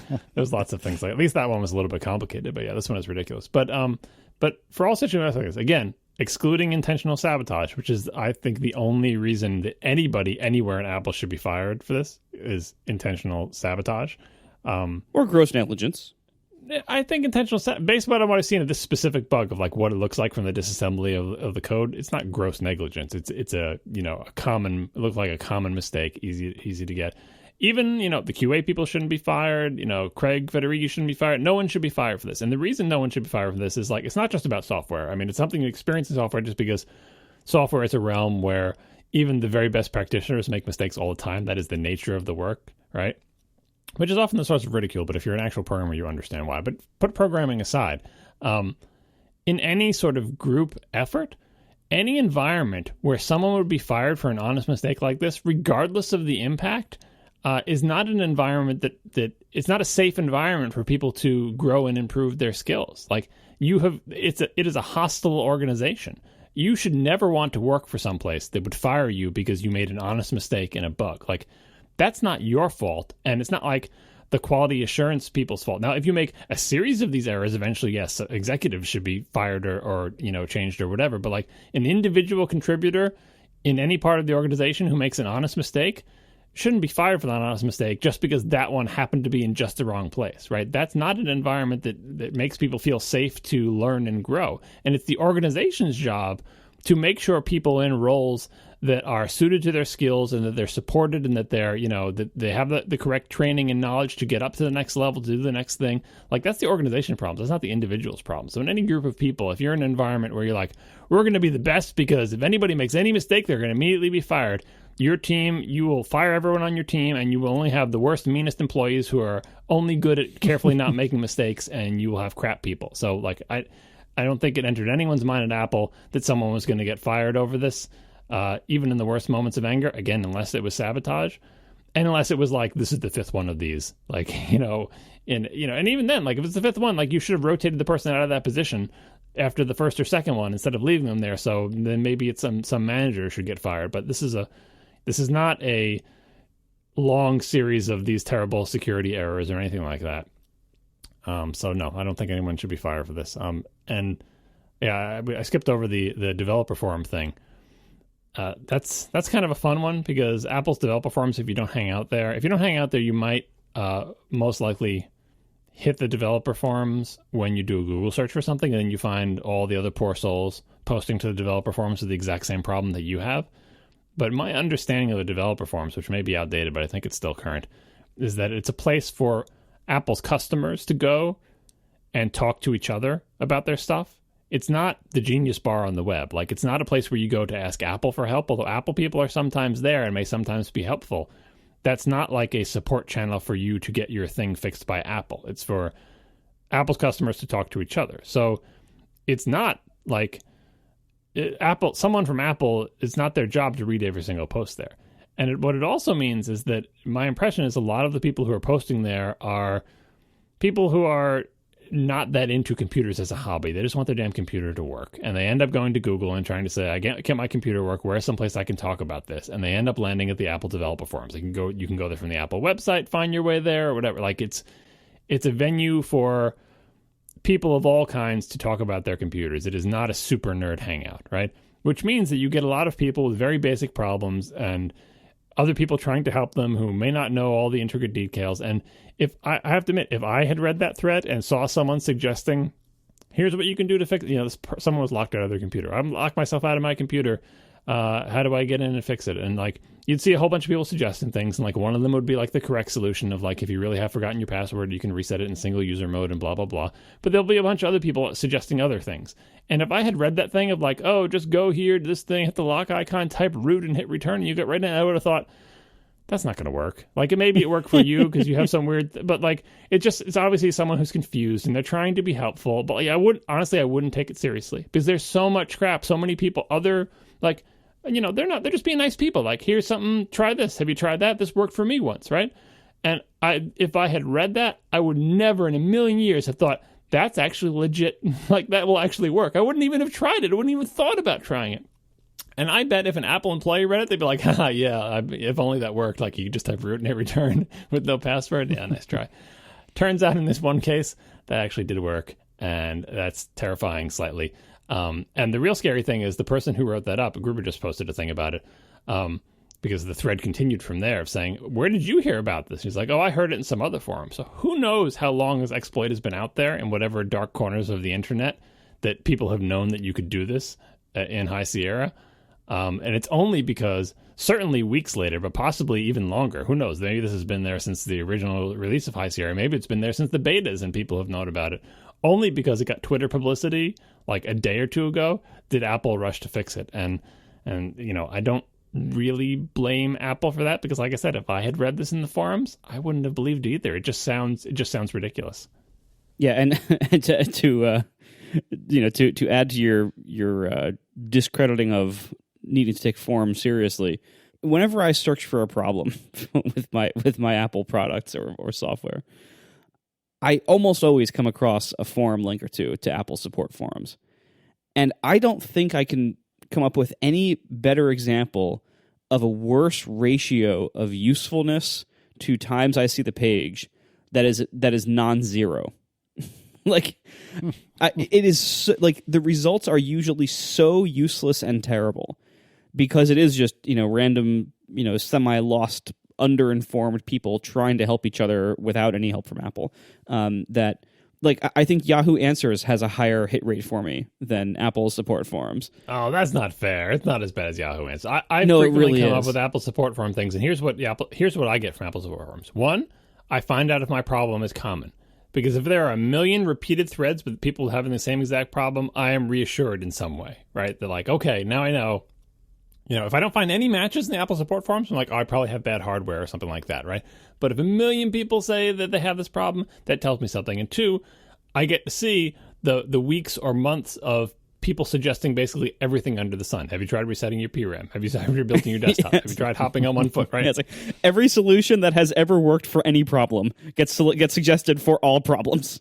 Right. And people reply, I tried that and it didn't help me. I tried that and it didn't help me. And very often there is one that says, I did that and it finally worked. And at least that it lets me eliminate stuff that I know won't work because if I see everyone keep trying this and they're not working. And then if something does work for one person, sometimes I can back solve to figure out what really solved their problem because obviously that thing didn't, because someone will be like, well, I did that exact same thing and I didn't solve it. Like, it is super noisy. But here's the thing that has over Yahoo Answers.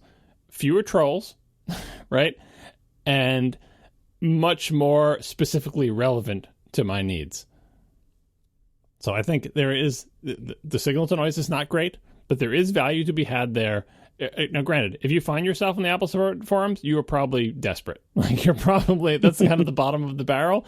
But I thank all those people who spend all that time talking back to and forth to each other to try to solve problems, because every once in a while, just looking at the shape that they've traced around this problem of all the things they've tried, I can find my way to a solution that actually works for me.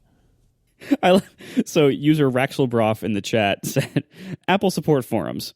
The problem you are experiencing doesn't exist, / that's the way it's supposed to work, / here's a copy-pasted solution that indicates I didn't read your problem. That is a fantastic summary. True. That is true. And Apple people do occasionally post there, you know. One more thing before we leave this topic, about like what Apple could do to fix this. Like in the grand scheme of things, like any solution that takes the form program better or let's be smarter or let's write fewer bugs is not a solution, right? That's because if you do a postmortem in any sort of bug or problem, it's like in the future we should be better programmers, and then we won't make mistakes like this. That's not a solution, right? So much to Marco's chagrin, the solution to all these things involves process and testing and quality assurance and systems, and you can't have too many of those because then you paralyze your entire organization with a spider web of bureaucracy. But you got to have a certain amount, and bugs like this where there's not that I'm saying this is a GUI bug, but there is the way this is exploited is through GUI, even if the problem was actually in a library somewhere.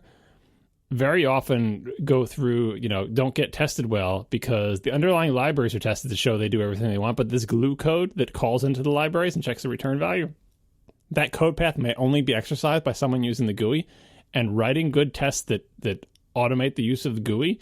There are tons of tools that do it, but it is the hardest kind of testing to do. And I'm sure Apple does a ton of it. Like they have to do a ton of it. But if there's going to be one area of testing that is very difficult to be comprehensive in and to keep up to date and to not even have a good concept of like coverage for, it's GUI testing.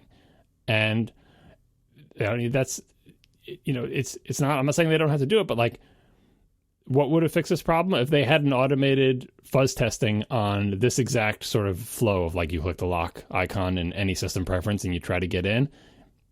If they had something that was fuzz testing that flow, one of the things in the fuzz test would have been root empty password, and hopefully the fuzz test would have done that multiple times or something like that, or any other sort of like triggers on the code path to make sure you're along the right lines and to do preconditions and postcondition. Root account is disabled, fuzz test login, root account is still disabled. Like, there's so many tests you can see that would have caught this.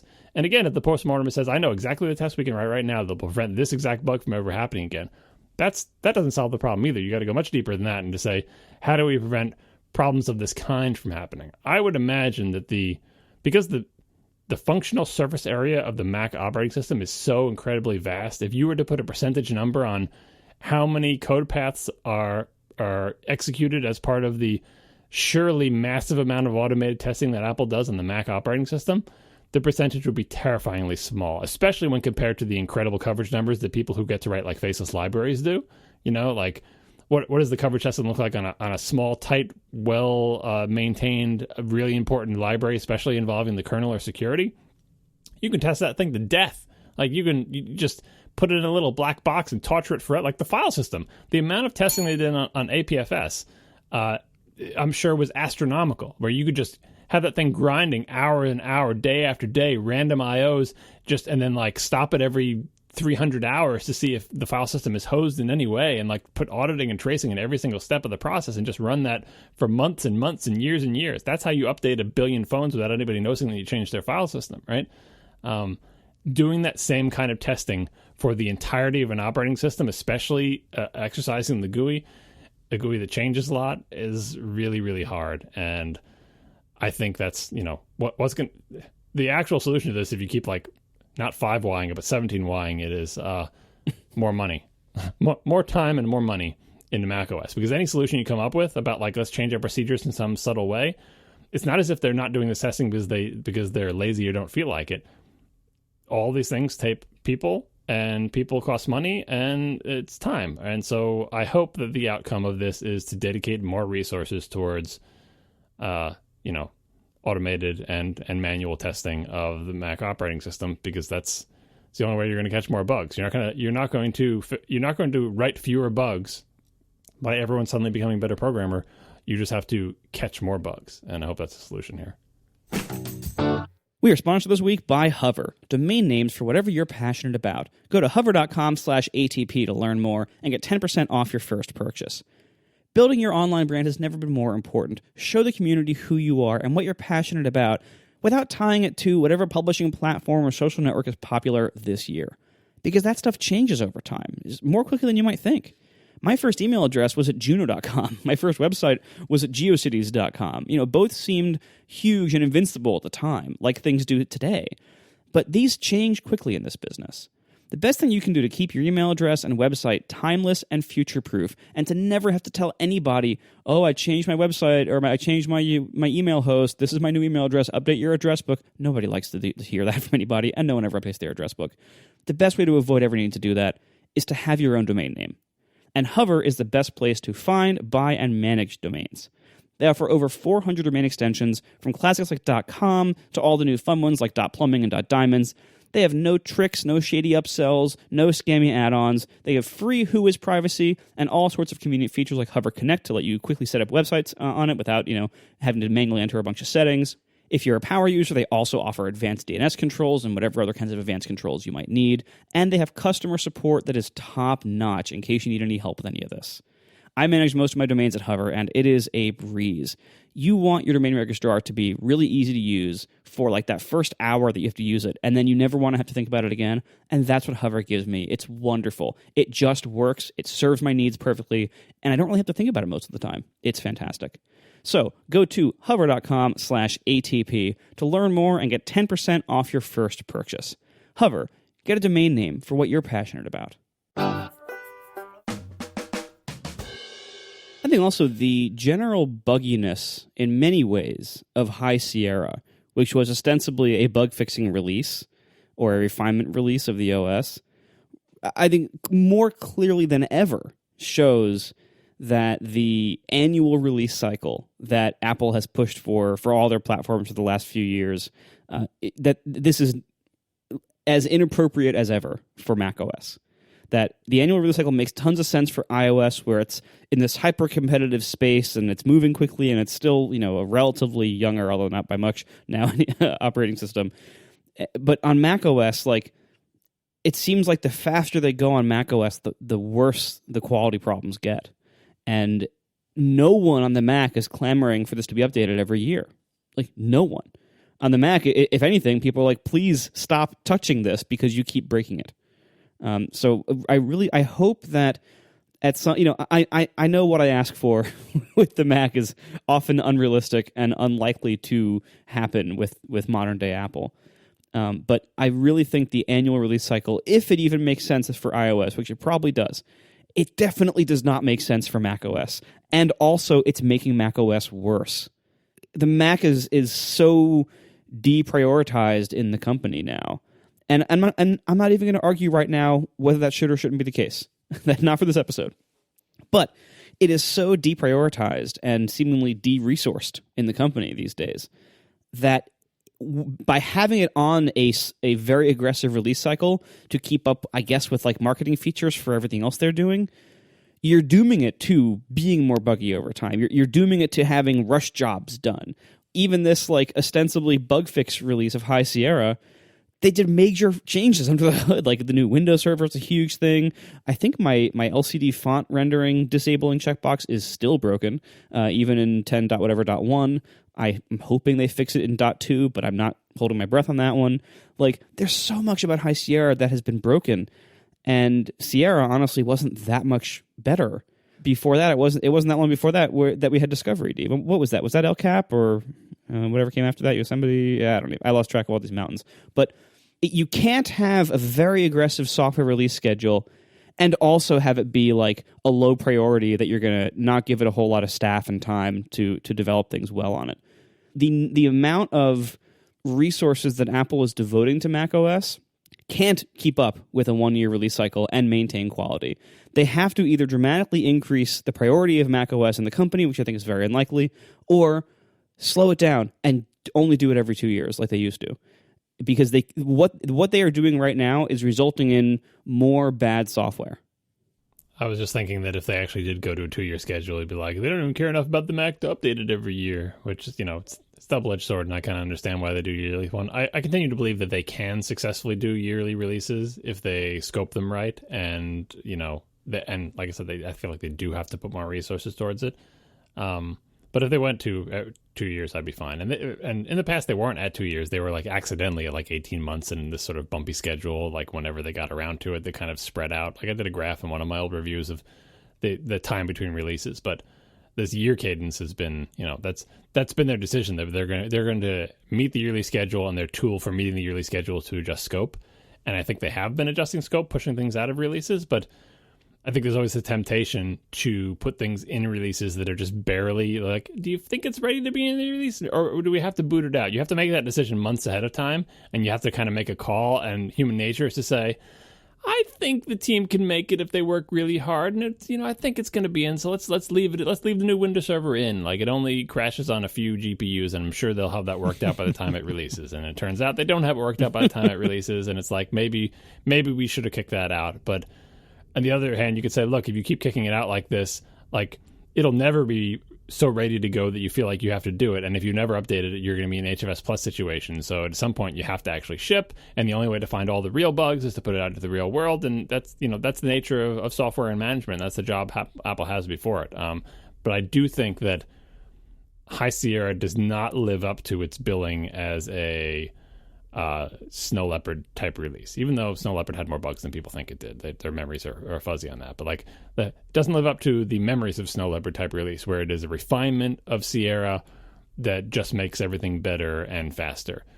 It was a refinement of Sierra, and it did make things better and faster, but the small number of things they changed, like, they had some bugs of their own, and lots of long-standing bugs didn't get fixed. It's just tech debt. That's what it boils down to. Like, this is the thing a lot of people are pointing out in all their complaints about bugs, and that's why I pointed the pile of pebbles, and the pile of pebbles getting bigger.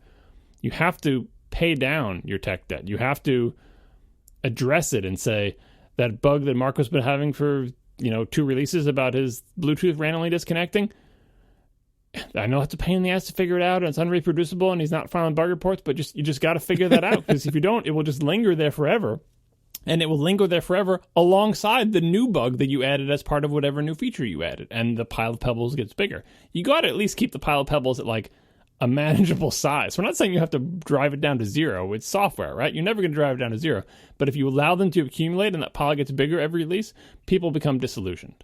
Right? Because there's always new bugs, and your old ones never get fixed, and it's like, why are you even releasing new operating systems? And that's when people say, let's go to every 2 years or whatever. So I think it is possible to do an every year release, but if it is easier for Apple to go to every 2 year release, then they should do that.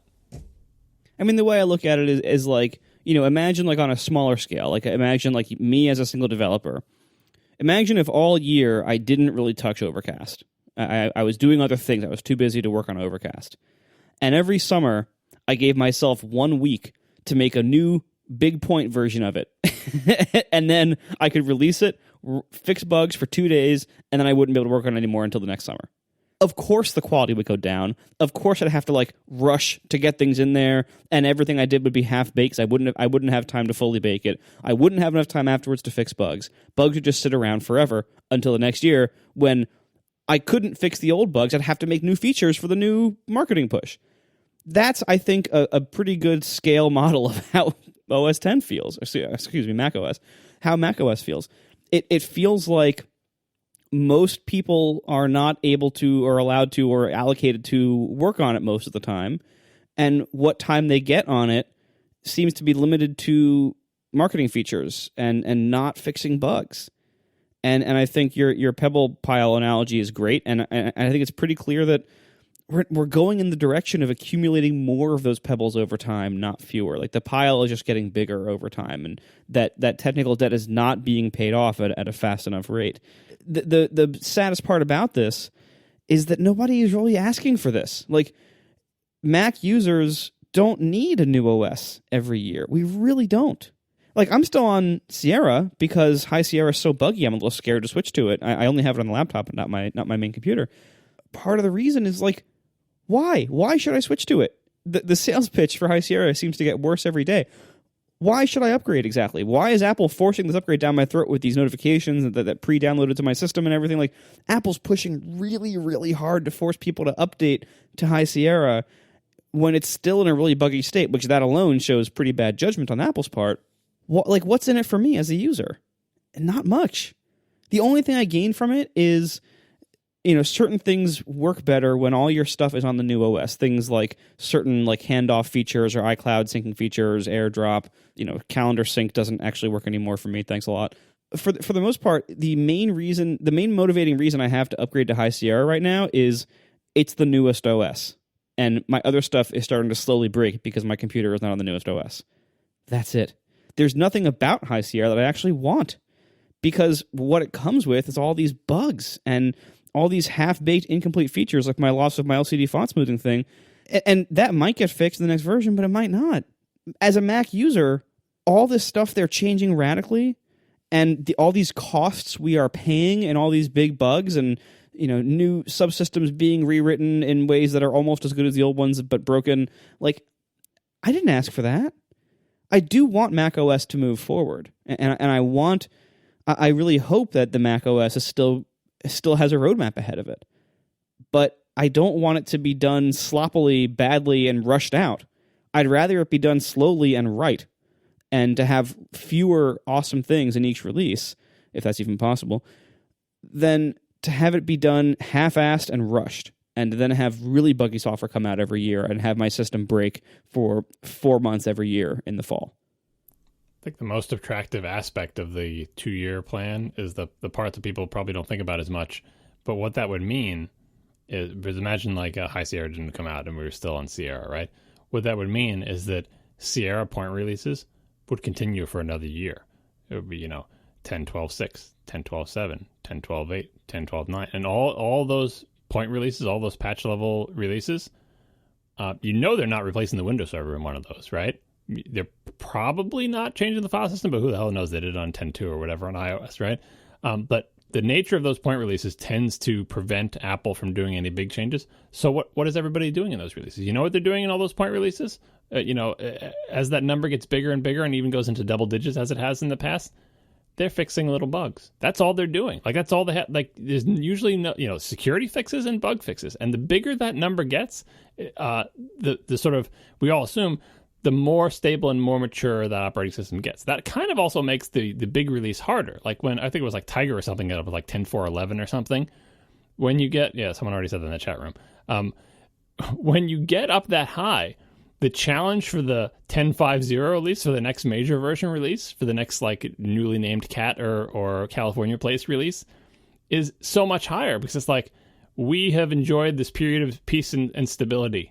Like we're up into the double digits on the last number in our versions, and everything is good, and like every little, like that team that is doing those point releases, and I don't even know if it's a separate team or whatever, but those people, like, they're running out of bugs to fix. Like, they're knocking things down. They're like, oh, you having some obscure problem with your Bluetooth? The entire team's going to spend the next 2 months just looking at that problem because we have no other bugs to fix, right? We're not on the glory team doing the next version. And you hope those are synchronized with what's happening in the future OS release, but inevitably, when the 0.0 comes out, it's always less stable than the other one, because that's the one that has the big subsystems replaced. And I'm all for big subsystem replacements. I love it, which is why I just want them to add more money and time and developers and still do it that way. But if we did go to the 2-year schedule, I think we would have at least 1 year of peace and prosperity where, the chicken in every pot and people's bugs are getting fixed, and just, the point releases come out and we just blindly install them, knowing that it's just one more bug fixed and one more performance improvement and everything gets great. And so I could do with a run of double digit at the end of the version numbers to see what that's like again, because those are good times. I don't disagree about the 2-year schedule thing, but I don't understand why 2 years or a lengthening of major releases has to be the answer. Like, I feel like just different choices, even on the same cadence, would be okay. And I don't think it's fair for us to conjecture about what is or is not important to Apple internally, but certainly from the perspective of an outsider like me, it seems like Apple doesn't value bug-free software either the same way that they did, or as much as any of us would like them to. And I feel like this is starting to gain a little traction. I feel like I'm noticing friends and family rolling their eyes and saying, oh, well, that's Apple, and this is more than just, screw you, autocorrect. And this is more than just hating on Siri, which I'm becoming more and more interested in as time goes on, because I really feel like Siri is a dumpster fire. But be that as, and I don't even have an Alexa to compare to. I just using Siri has been more and more frustrating over time. But anyway, I feel like my family is starting to get frustrated with things that are problems, that are software problems that are coming out of Apple. And I feel like from an outsider's perspective, it appears as though the institutional value is way heavier on new shiny. And I think you guys are both saying this, is way heavier on new shiny than it is on boring but useful stability. And in the same ways, we said last week, Jenkins is not sexy. Bug-free software to most developers, especially younger ones, is not terribly sexy. But to us old people, and now I'll call myself old, bug-free software, or as close as you can get, of course, is super sexy. And I want a lot more of that in my life. I want to write it better, and I want to consume it. And it just feels like Apple hasn't cared about stability as much as they appeared to in the past. Now, why is that? It could be any number of things. Maybe it's that they're spread thin, not necessarily in terms of people, but there's just a lot more going on in all of these OSs. Like, there's a lot more stuff. Like, take a silly example like handoff. Like, handoff is a thing where you can have a device nearby and your two devices will talk to each other, I think via iCloud, and my phone will say, oh, I'm looking at such and such URL. And then my Mac will say, hey, I see your phone is physically nearby and it's looking at such and such URL. Would you like to open that here? Like, that in and of itself does not seem that inherently complex, and in many ways is very, very useful.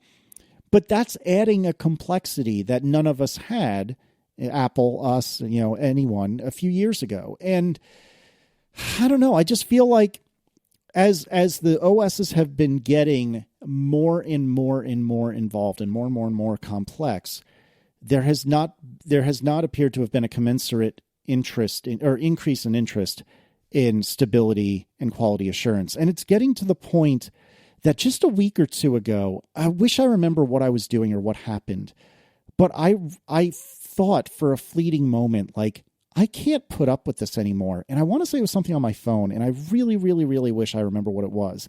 And for a fleeting moment, just for a second, I thought, I can't put up with this anymore. This shit never works.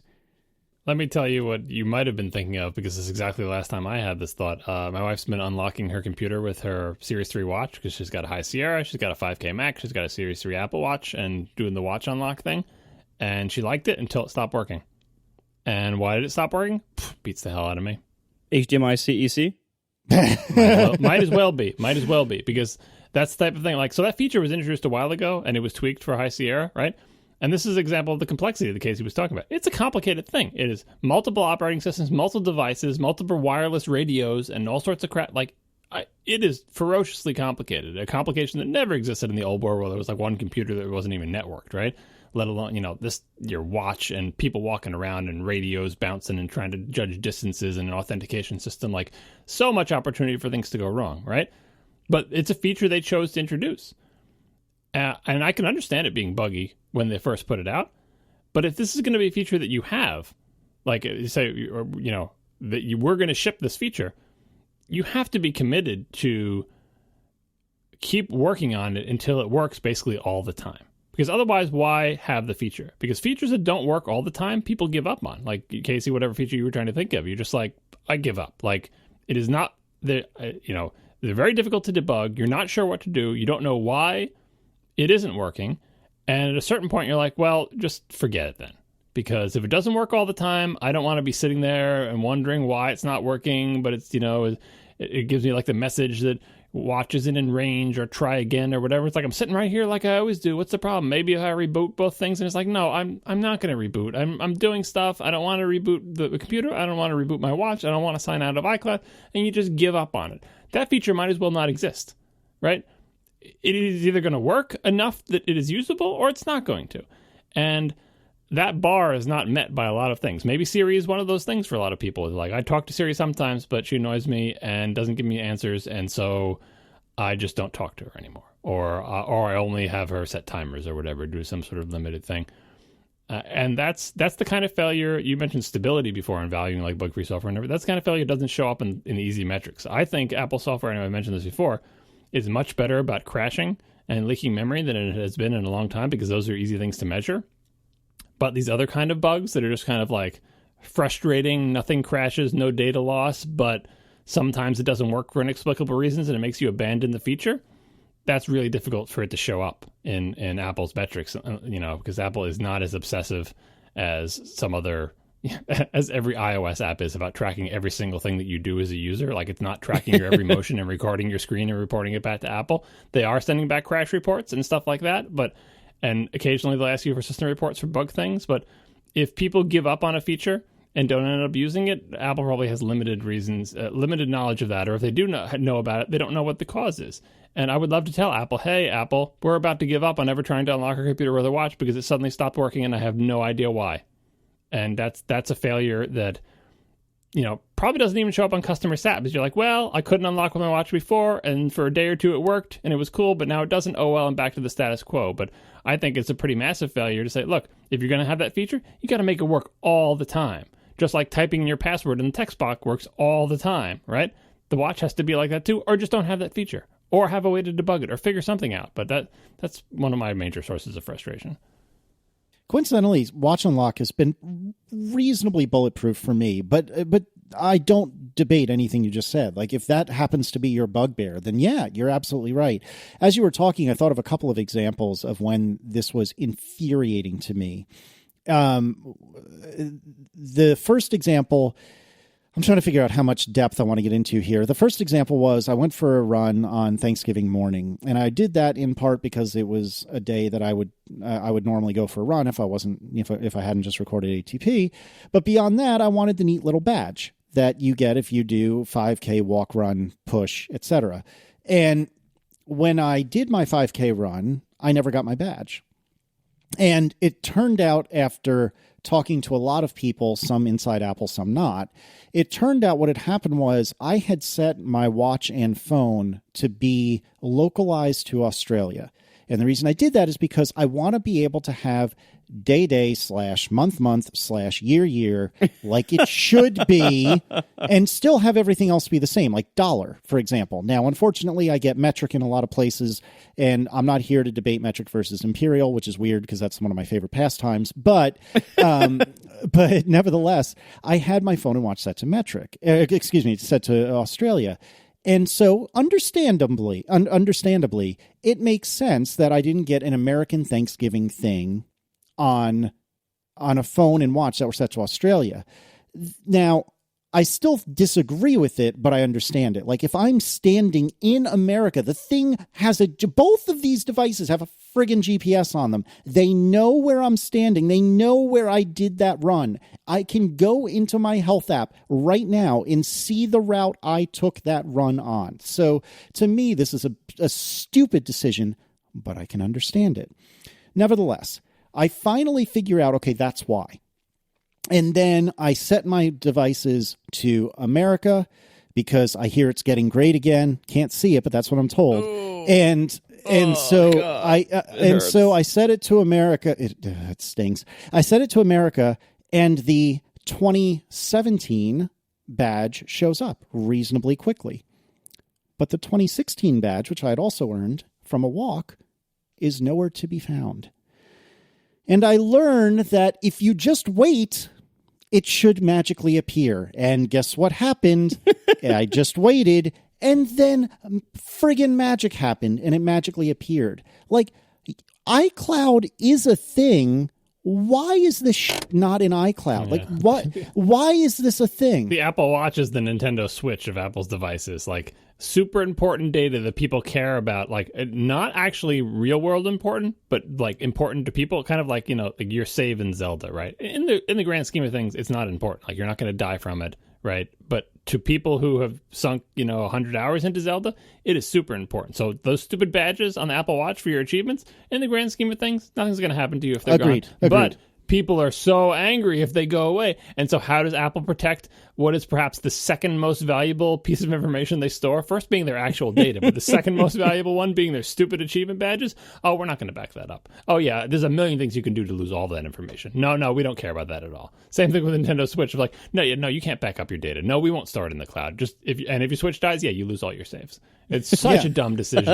It is. I think like it stems from Nintendo was inexcusable. Nintendo has a history of doing stupid things, but Apple, like, I don't think they understand exactly how seriously people take those badges. Yeah. And how unreasonably angry people are when they lose their badges. That was me. I spent half an hour running. Ostensibly because I want to get healthier, but also because I wanted that friggin' badge. Yeah, you want credit, damn it. You worked hard for that. I wanted my treat. Max got his treat. I want my treat. So anyway, the point is that it's a stupid thing, just like John said. And I don't know, maybe those activities or achievements rather are synced via iCloud, but why did it take like 24 or 48 hours for that junk to magically come from the cloud onto my device? I don't think it actually is synced. I think it is. I don't think it is either. It's on device, and yeah, I think they're getting, like Nintendo, they are getting better about it. Nintendo has actually said they are working their way towards sane cloud backups, which they should have had from day one. I think Apple will eventually work on this, but judging by how long it's taken them to not deliver the iCloud message sync that they advertised for iOS 11, and again, another source of like not just people caring about the contents of it, but just, baseline functionality that people expect that on all your devices you see all your conversations that you've had anywhere, a thing that has never been true about iMessage, that they promised to make it true. Your achievements, your silly achievements on your Apple Watch, they should be as bulletproof as your family photos. They should be everywhere. You should be able to throw your watch into the ocean and get a new Apple Watch, put it on, and all your achievements from all your past Apple Watches should be there to show that, yes, you had a 28-day streak of meeting your goals in 2015. Like, why shouldn't it be? It's such a small amount of data, and Apple should know how incredibly important it is beyond all reason to the people who do them. Like, that's the whole point of them. That's why they're giving them these shiny little 3D things. It's a silly token that we know will, it's like free-to-play gaming. Like, they're exploiting human, foibles to make you exercise more. And them being carefree with not preserving them with the same vigor that they preserve your family photos just shows a disconnect, like a misunderstanding of how, like, in one hand, they know how humans work, so they're going to make the system. On the other hand, they don't understand how important it is for them to keep this stuff in sync. Yeah, I couldn't agree more. The other example I had, and this one could very well be 100% on my shoulders, but thinking like a consumer and not thinking like a developer, it sure doesn't feel like it is. And the problem I'm having, and I'm the only one I think that I've heard complaining about this, so maybe it is me, but the problem I'm having is I'm getting to the point that I feel like I am incapable of typing on my phone anymore. I just can't do it successfully. I cannot get a friggin' sentence out on my phone without having 1,000 typos. And it's driving me insane. And half the time it's autocorrect, doing something increasingly bananas as time goes on, which is why I think maybe it's this weirdo machine learning stuff. But yeah, that's not going well. Yeah, it's really not. And I understand the thought process. It makes sense. It's a clever idea, but I don't think the execution is going well at all. But and again, I don't know if it's just me. Maybe I just have fatter fingers than I've ever had, despite all this wonderful running I'm doing. Maybe I'm exercising my fingers as I'm running, so they're getting fatter and fatter with muscle. Who knows? But whatever it is, I feel like I cannot type on my phone anymore without a billion typos. And it's getting to the point that, once we got SMS on the Mac, which is a great example of something that made my life demonstrably better. I mean that genuinely. Once I could send not only iMessages, but SMS from my Mac, it was amazing. And the reason it was amazing was because I could talk to all of my in-laws, none of whom have iPhones. I could talk to them and send them text messages from my Mac on a full-size keyboard. And it was magic, and it always worked. And to be honest, to this day, it still almost always works. So that is an example of a feature that I think is very complex, because the only thing that can send this SMS, as far as I'm aware, is my phone. It's very complex, but it works, and it's almost bulletproof. So anyway, it's gotten to the point with my iPhone that if I have to type more than like a 1 or 2 line text message, I'm going searching for the nearest Mac so I can type it with a physical keyboard, because I know at least then I'll be able to do it without ripping my hair out. And I apologize if it's just me, but it's a very clear example of a time when I thought about throwing my phone out the window, or I really, for a fleeting moment, thought to myself, so how bad are those pixels these days anyway? And like, that's a problem. I'm a super fan. Like, part of my living is talking about how much I love Apple. And I'm thinking to myself, oh, God, maybe I should put this aside. And you know what? The healthy thing to do would probably be for me to try a Pixel and realize that I'm just being a big baby, and that really, really life is considerably worse on the other side, unless it isn't. But who knows? I don't know. Am I crazy on this? Like, do you feel the same way I do? It's funny that you mentioned SMS on the Mac, because I have one person that I talk to that doesn't have an iPhone that I have to send SMS to, and I always do it from my phone because I could never remember if you could do it from the Mac. And every time I went to go check, I'm usually at work, like when I need to send SMSs to this person. Every time I went to check at my Mac, I would bring up messages on my Mac at work, and I would find it signed out, and I would enter my correct password to sign in, and it would just say, nope, sorry, I couldn't sign you in. Sorry, error failed, couldn't sign into iMessage. And the only fix to this is for me to restart my Mac. Once I actually reset my PRAM, but then I realized it was probably just the restarting of it that did it. That's how desperate I was. But anyway, this is another one of those things of like, hey, does iMessage work on your Mac? Yeah, most of the time. Most of the time, like, I send and receive messages in the Messages application on my Mac at work, back and forth to my wife. You know, it's nice to type on the big keyboard, just like Casey, right? Here I am doing messages. But every time I think, oh, I should try SMS from here too, and I bring up messages, and I just get the thing pops up and says, and wants me to sign in, and has like, you can skip this process. Anyway, like, I realize, oh, I'm permanently signed out again. Something having to do probably with hardware IDs and VPNs, and the fact that it's on Wi-Fi and Ethernet at the same time when it's plugged into the dock. And I'm like all sorts of guessing about what could possibly be causing iMessage to be confused. But anyway, I restart. I log back in, usually restarting fixes it, and then I get a notifications on every single one of my devices that says, you've just signed in with your Apple ID to iMessage on blah, blah, blah. You know, that message you get? Like, I get that on all my devices, which makes you think it has re-provisioned a new private and public key for that one computer. That's the type of thing that, like, you know, messages, it's a thing, it's there, it works. I'm not abandoning it because the utility is still too high, but it bothers me that it's not as reliable as AIM on Adium was for like a decade. Well, in your defense, SMS Relay is like its own dance that you have to go through on each computer and iPad and whatever iOS device that you want to do it on. So like, I actually wrote a post in late 2014, which we'll link in the show notes, as to the song and dance you need to get through in order to turn this on. And this is just for SMS. This is not iMessage. Does it just proxy SMS. Through your phone? It's not actually... Correct. Yeah. Correct. Oh, that sucks. Oh, all right. Well, maybe that's... Well, this is the answer that I could never get to because I was always permanently signed out of messages. But I'm good to know that this must have been what I was forgetting about this, was that it actually does... Yeah, that's a bummer. You should read my blog, John. It's pretty good. I think I did. I'm looking at this thing and I remember your horribly blurred out screenshots, which you should never ever do.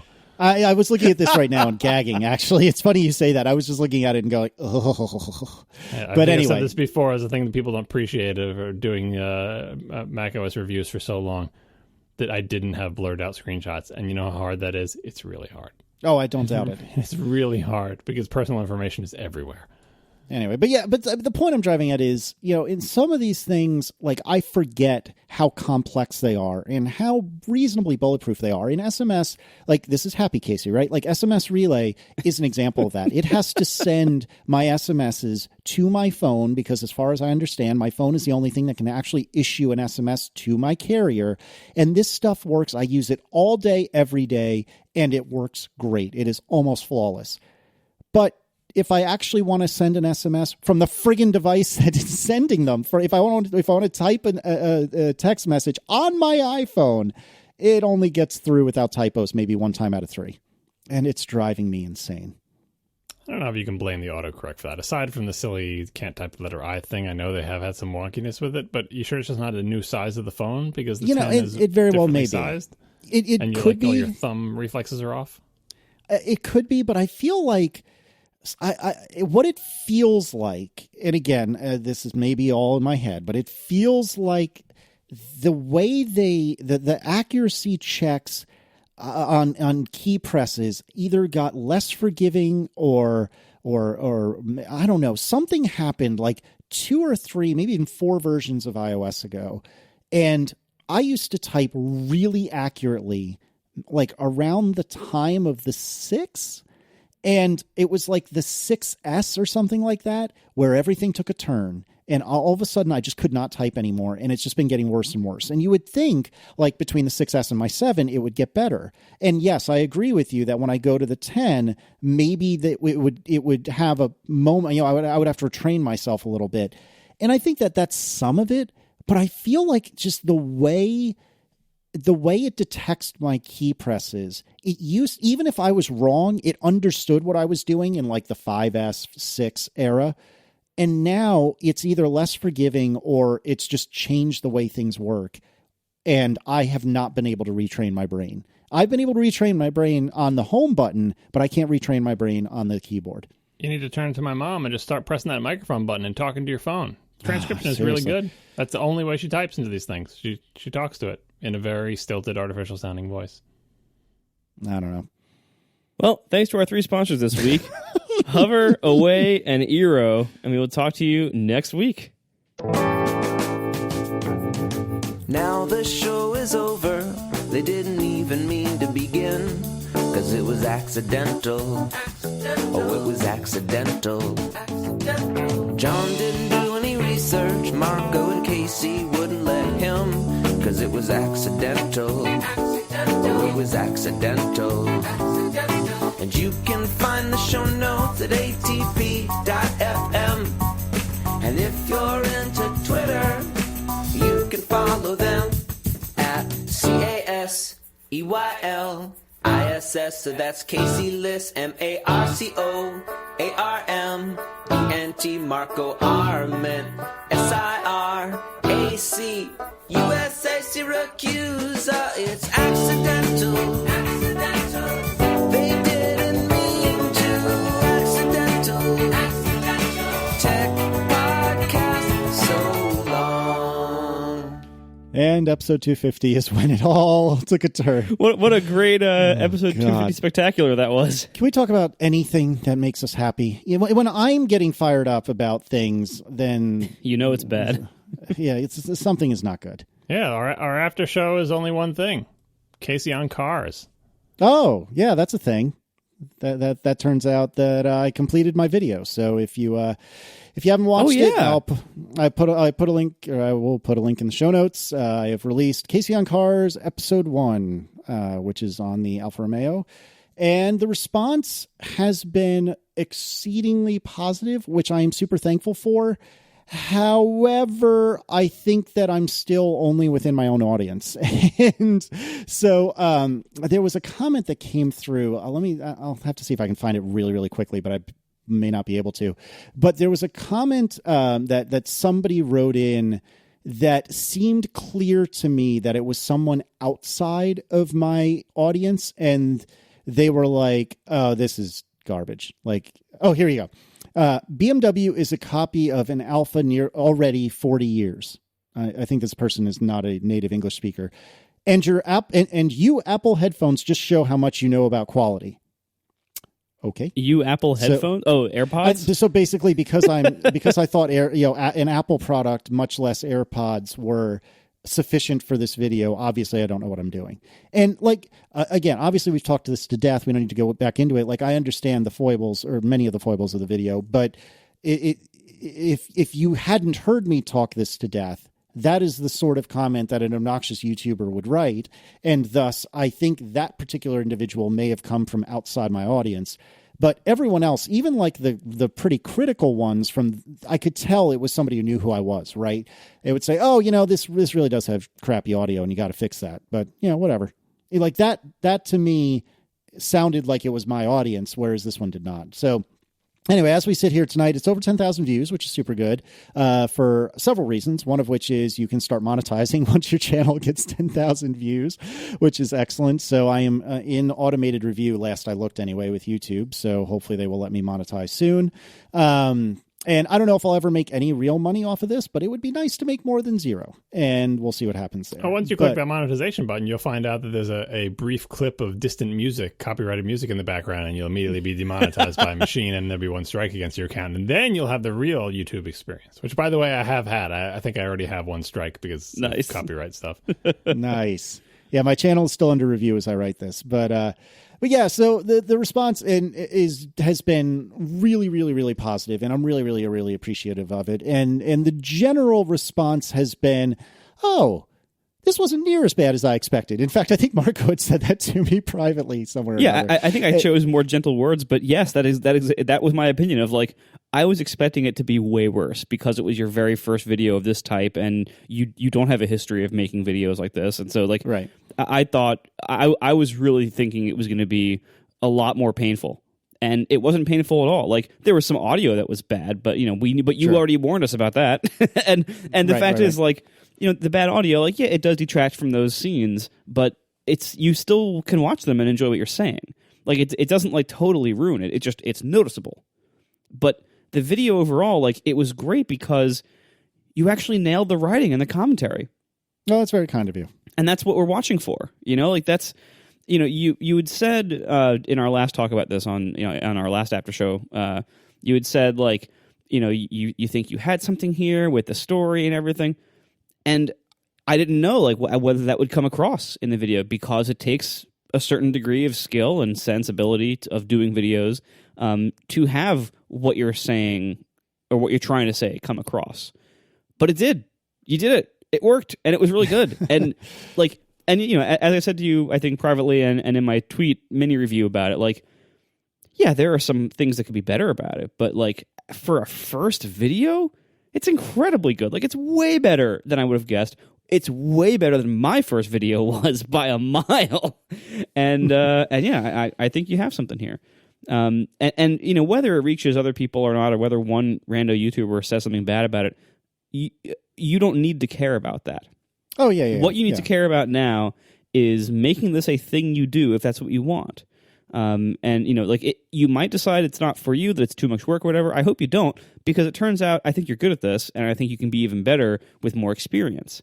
And if this is a thing you want to keep doing, I will reiterate what I said last time, which is find a reason to keep doing it. Find other cars to review. Review your cars that you have like 7 cars in your garage. Review your dad's cars. Go to Cars and Coffee and talk about cars there and talk about why you are excited to see certain ones and why they are interesting. Because anybody who's ever hung around you in real life knows that you are basically always hosting a car show. Like no matter where you are, no matter what you're doing, no matter who you're with, you will point out a car on the road and be like, oh, that's one of those. And you'll explain, and you are enthusiastic about it, which is step 1. And then step 2 is you will explain why that's interesting or what's cool about that car. You have the ability, if you want to record yourself on video talking about a car, you can do that in lots of different ways and times in your life for lots of different kinds of cars that are that have a pretty wide diversity of what makes them interesting. And you don't have to do only new cars. You don't have to do only high-end cars. You don't have to do only European sports cars. Like you can review like the used minivan that your friends might have or something. You can review any car you come across, any car you might have access to for a few days. Whatever you need, you can do that, and I think you should. And your job right now is not to have this one video get tons of views and then eventually, hundreds of cents of income. That is not your job for this. Sure. The job of this video is A, to get you starting making videos, and B, to start your YouTube channel. But it isn't meant to get big yet. Getting big takes time. Getting an audience takes time. Getting an audience worth monetizing takes time. Newsflash, you're going to make not much from this video. Oh, yeah. Oh, I know. Even if you get approved for monetization tomorrow, it has already had most of the views it is likely to have, because that's how YouTube works. Yep. That's how most things on the internet work. and YouTube rates, it's funny, like when podcasters see the view counts on YouTube videos, we're just like, oh my God, we have to get on YouTube. When YouTubers hear about the CPMs we charge for podcast ads, they run to us. Oh my God, we have to get a podcast because YouTube views are worth so little. They do have lots of them, but they're worth nothing. So, this is not going to be a money-making venture for you, probably for a long time, if ever. But your job right now is to have a creative project that might eventually become a money-making venture. But you should only keep doing it if you enjoy the creative project part of it, because that's all it might ever be. And if it is a money-making venture, it's not going to be a life-changing amount of money for a long time. It might be like, I mean, I don't even know what to expect with, because I don't know what kind of numbers you might expect. But like, to be like a meaningful amount of money to have a meaningful effect on your life and like whether you can go indie full time, which you totally should, and things like that is like, you need to be making like thousands of dollars a month from this. Yeah, definitely. And I think thousands a month is unlikely for a while, especially if you're going to only release one video a year. I think like tens to hundreds a month is where you're probably going to start if you keep it up.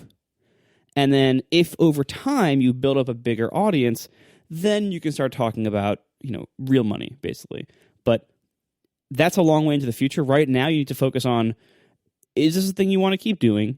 And if it is, keep doing it. Like, start making more car videos. And they don't have to be big productions like this. They can be small ones. It can literally be you walking around Cars and Coffee, which you do like every weekend anyway. Like, it can literally be that and give like a 45-second overview or like a 2-minute overview of one or two cars that are there that are interesting and tell us why.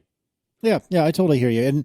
And my intention is to do Aaron's car next, and I'm starting to like contemplate, what do I have to say about Aaron's car? And for those that maybe fast forward this section, usually she has a almost brand new 2017 Volvo XC90, which is a big, reasonably slow SUV. It's probably faster than John's computer.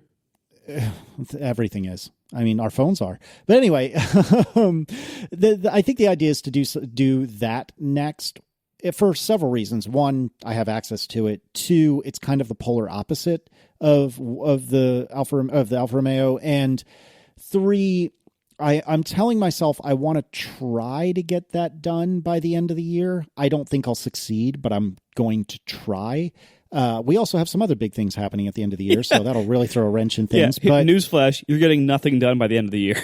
I know, but don't worry about that. I'm setting a goal of myself. Like, I'd like to spend the next week or two coming up with kind of maybe literally the storyboards, because that's one of the regrets I have with the Alfa Romeo is I never spent enough time really thinking about, until it was all over, really thinking about what I wanted to say. So I just kind of filmed everything and hoped I could make heads or tails of it after the fact, when obviously I think I did an okay job, but it would have been better if it was more deliberate. But anyway, I want to review Aaron's car and see what I can make of that and see if I can make something interesting out of that, because, an Alfa Romeo is rare and interesting to begin with. And if I drove up to you or to Underscore and borrowed a Model S, that's interesting just because it's a Tesla. I'm hopeful that I can still be interesting with a more run-of-the-mill car. And granted, a brand new Volvo SUV is not strictly run-of-the-mill, but compared to a $80,000 Alfa Romeo, it's considerably more run-of-the-mill, right? This is like me, going to borrow a 75D. And this is now the consumer level, accessible car for everyone. You know what I mean. But yes, your point is fair. So anyway, so we'll see what happens. I hope to stick with it. I'd like to hear John's thoughts, although I'm scared too. I'd like to hear John's thoughts in just a moment, but I thought it would be interesting to note that a couple of the things that I expected, or that I found most unexpected, really, were that the little portions I put in of Declan and Aaron seemed to resonate almost more than anything else, which is not a bad thing. It's a good thing. But what occurred to me, only because a whole ton of people said it to me, was nobody else really pays attention to what their families think or how these cars work for regular stuff or anything other than one driver.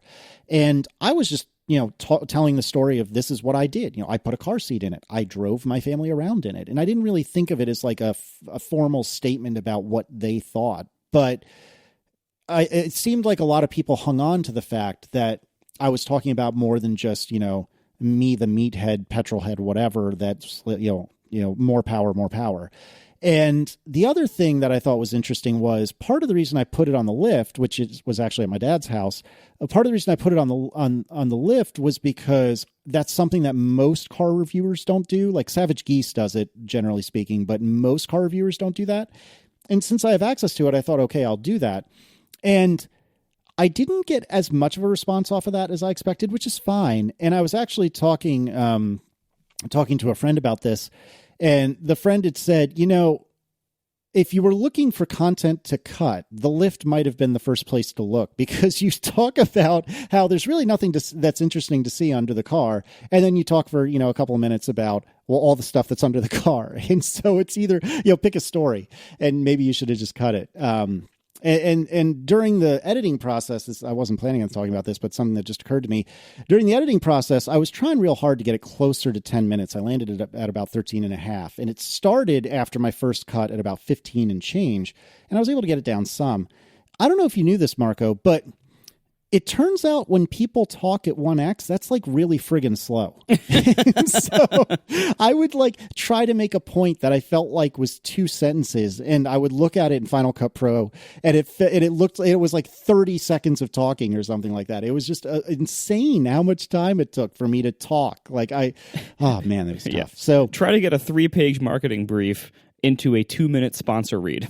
Yeah, exactly. So it was weird in that sense, but I've really enjoyed the process, and I do plan to do more of them. And I'm by saying this publicly, I know I'm not going to get this thing done by the end of the year, and at that point we'll have a new kid, which means everything stops for like 6 months. But I'm hopeful that I will be able to find the time, since I'm going to be taking some time off work.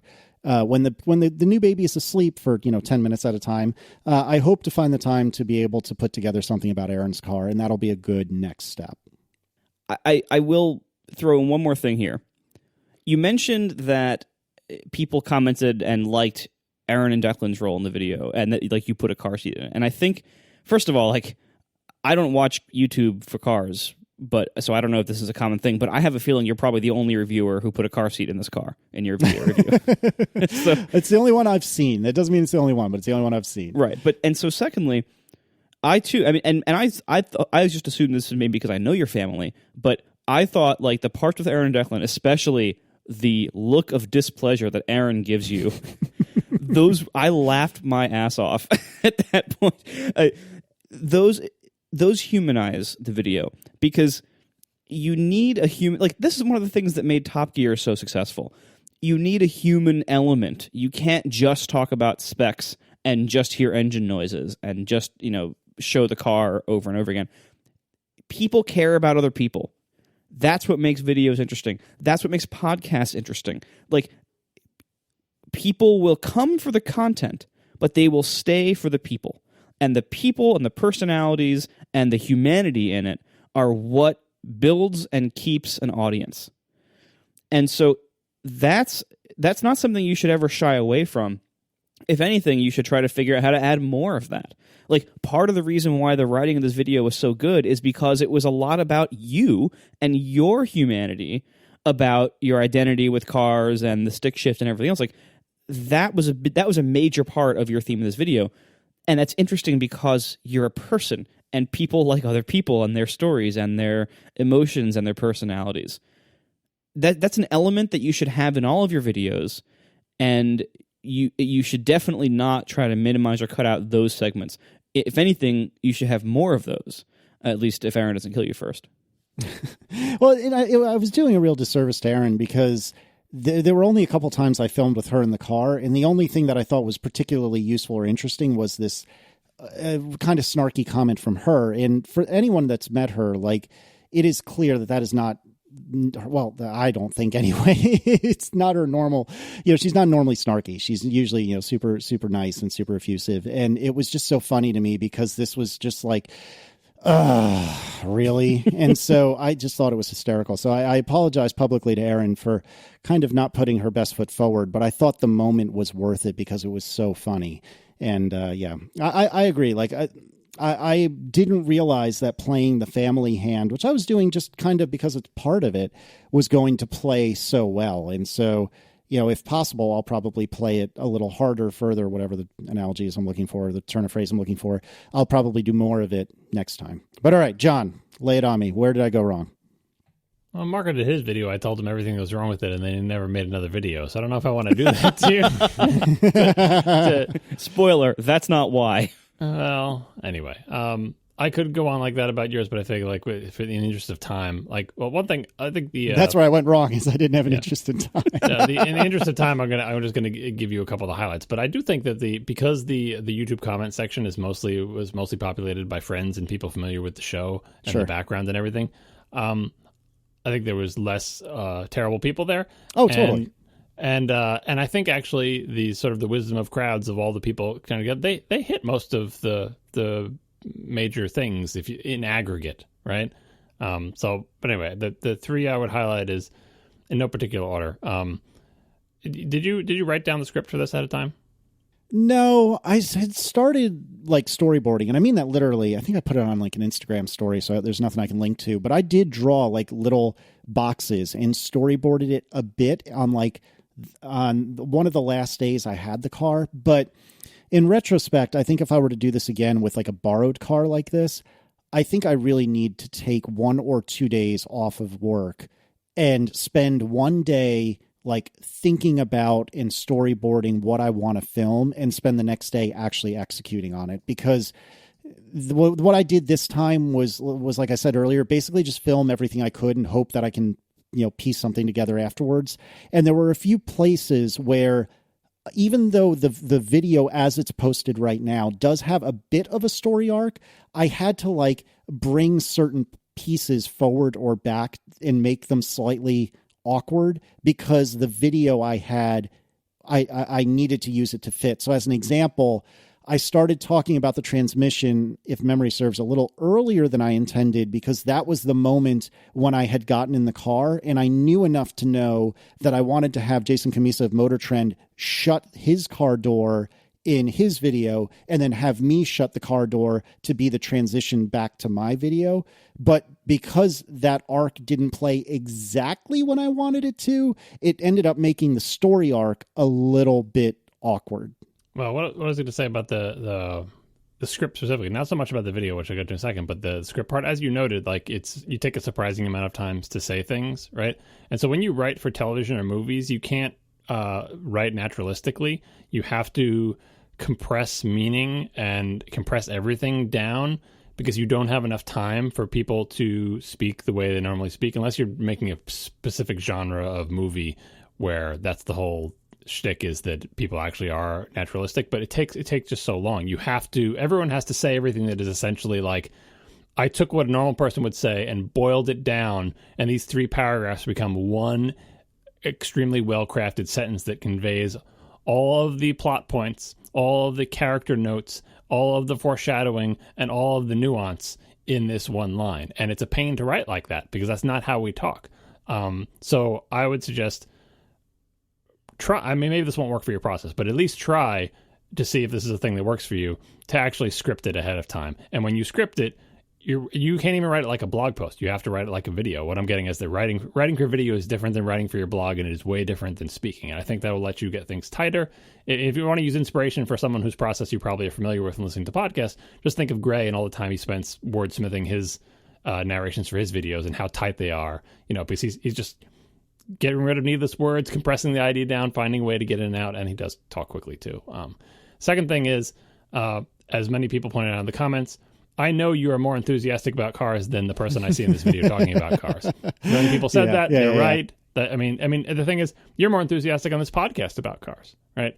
So that's just, being on camera or whatever. I don't know what the solution is there. I have no idea how to do it. But that, as a viewer, that definitely comes across. I'm like, Casey cares more about cars than this. Not that you seem nervous, because you didn't. You seem relaxed, but like maybe too relaxed. You need to get worked up.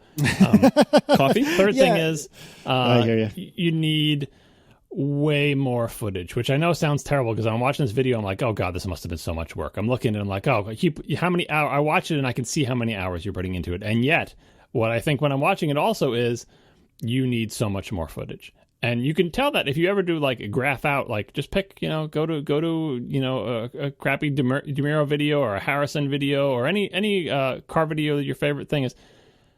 Every time they're talking about anything, they never talk for more than 3 words before cutting to another angle of the car. And it's not always like, how can I show what I'm talking? I'm talking about the gear shift. What am I going to show except for the gear shift?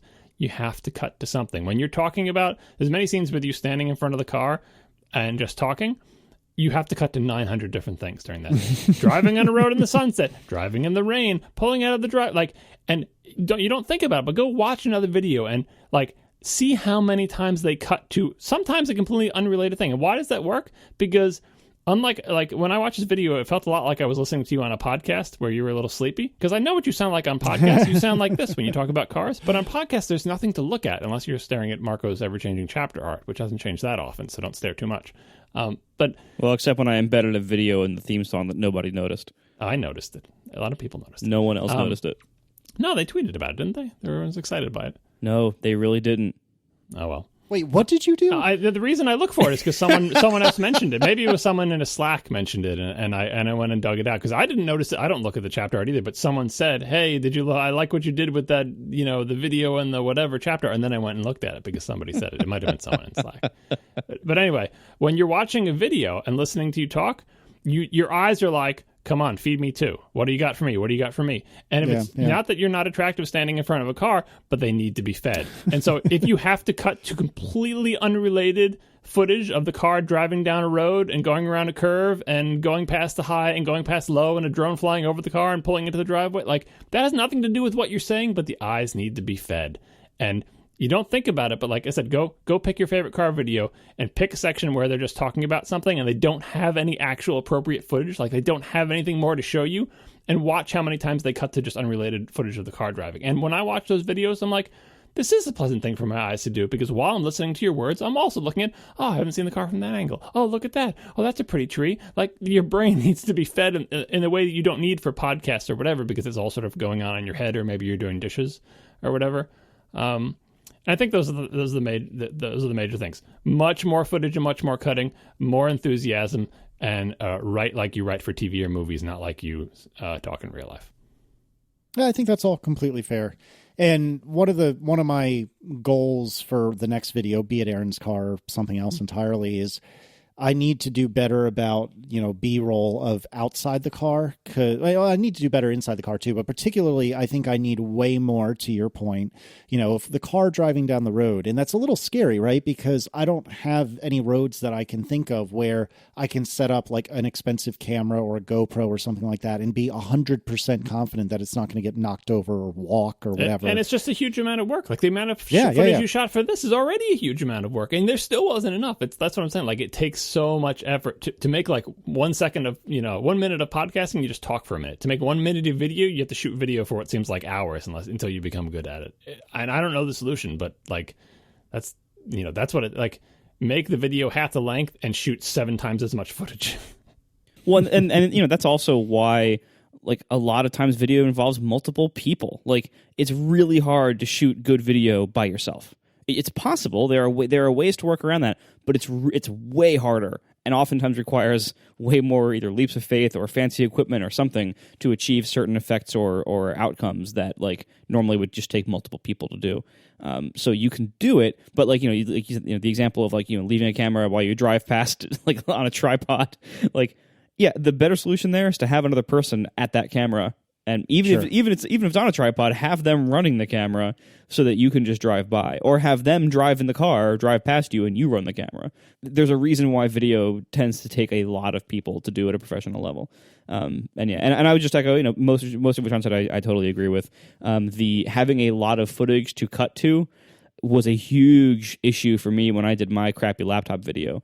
I didn't have enough footage to cut to, and I kept trying to shoot more, and I just couldn't get enough. I wasn't. Laptops are less dynamic than a car. You have to Yeah. say that. Like because what the car things shoot to is they just shoot to pictures of the car driving, and I find like when I was so much more conscious of it after watching Casey's video that I was like scrutinizing all these other, because I do watch a lot of car reviews on YouTube. I'm like, how do they do it? Let me look at it. And the thing is, they just show me the car, and I'm like, every time they show me the car, I'm looking at it. Because it's a moving picture, like in the magazine. The same way I look at every single picture of like the interior of the car in the magazine and look at the picture of the wheel, and I'm always, pinching to zoom on my paper magazine and it doesn't get any bigger and being frustrated. Like I'm staring at those photos. I want to see as much. I'm not there at the car. I don't. That the whole point of this video review is I don't have this car. I don't even see this car in real life. I only see it in the video. So I want to see it as many different ways as possible. And I have no objection to listening to a personal story unrelated to what I'm seeing on the screen, but also seeing this car from a bunch of angles and how it looks and how it sounds and how it feels and what the sound of the blinkers inside. What does the parking brake sound like when you pull it up? What is it? All these sorts of things that like you could shoot, and you're like, but I don't have any place in the video where I talk about that. It's like, don't worry, just put it in there somewhere. I mean, you try to make it fit, but like you need to feed your eyeballs. That's what needs to happen.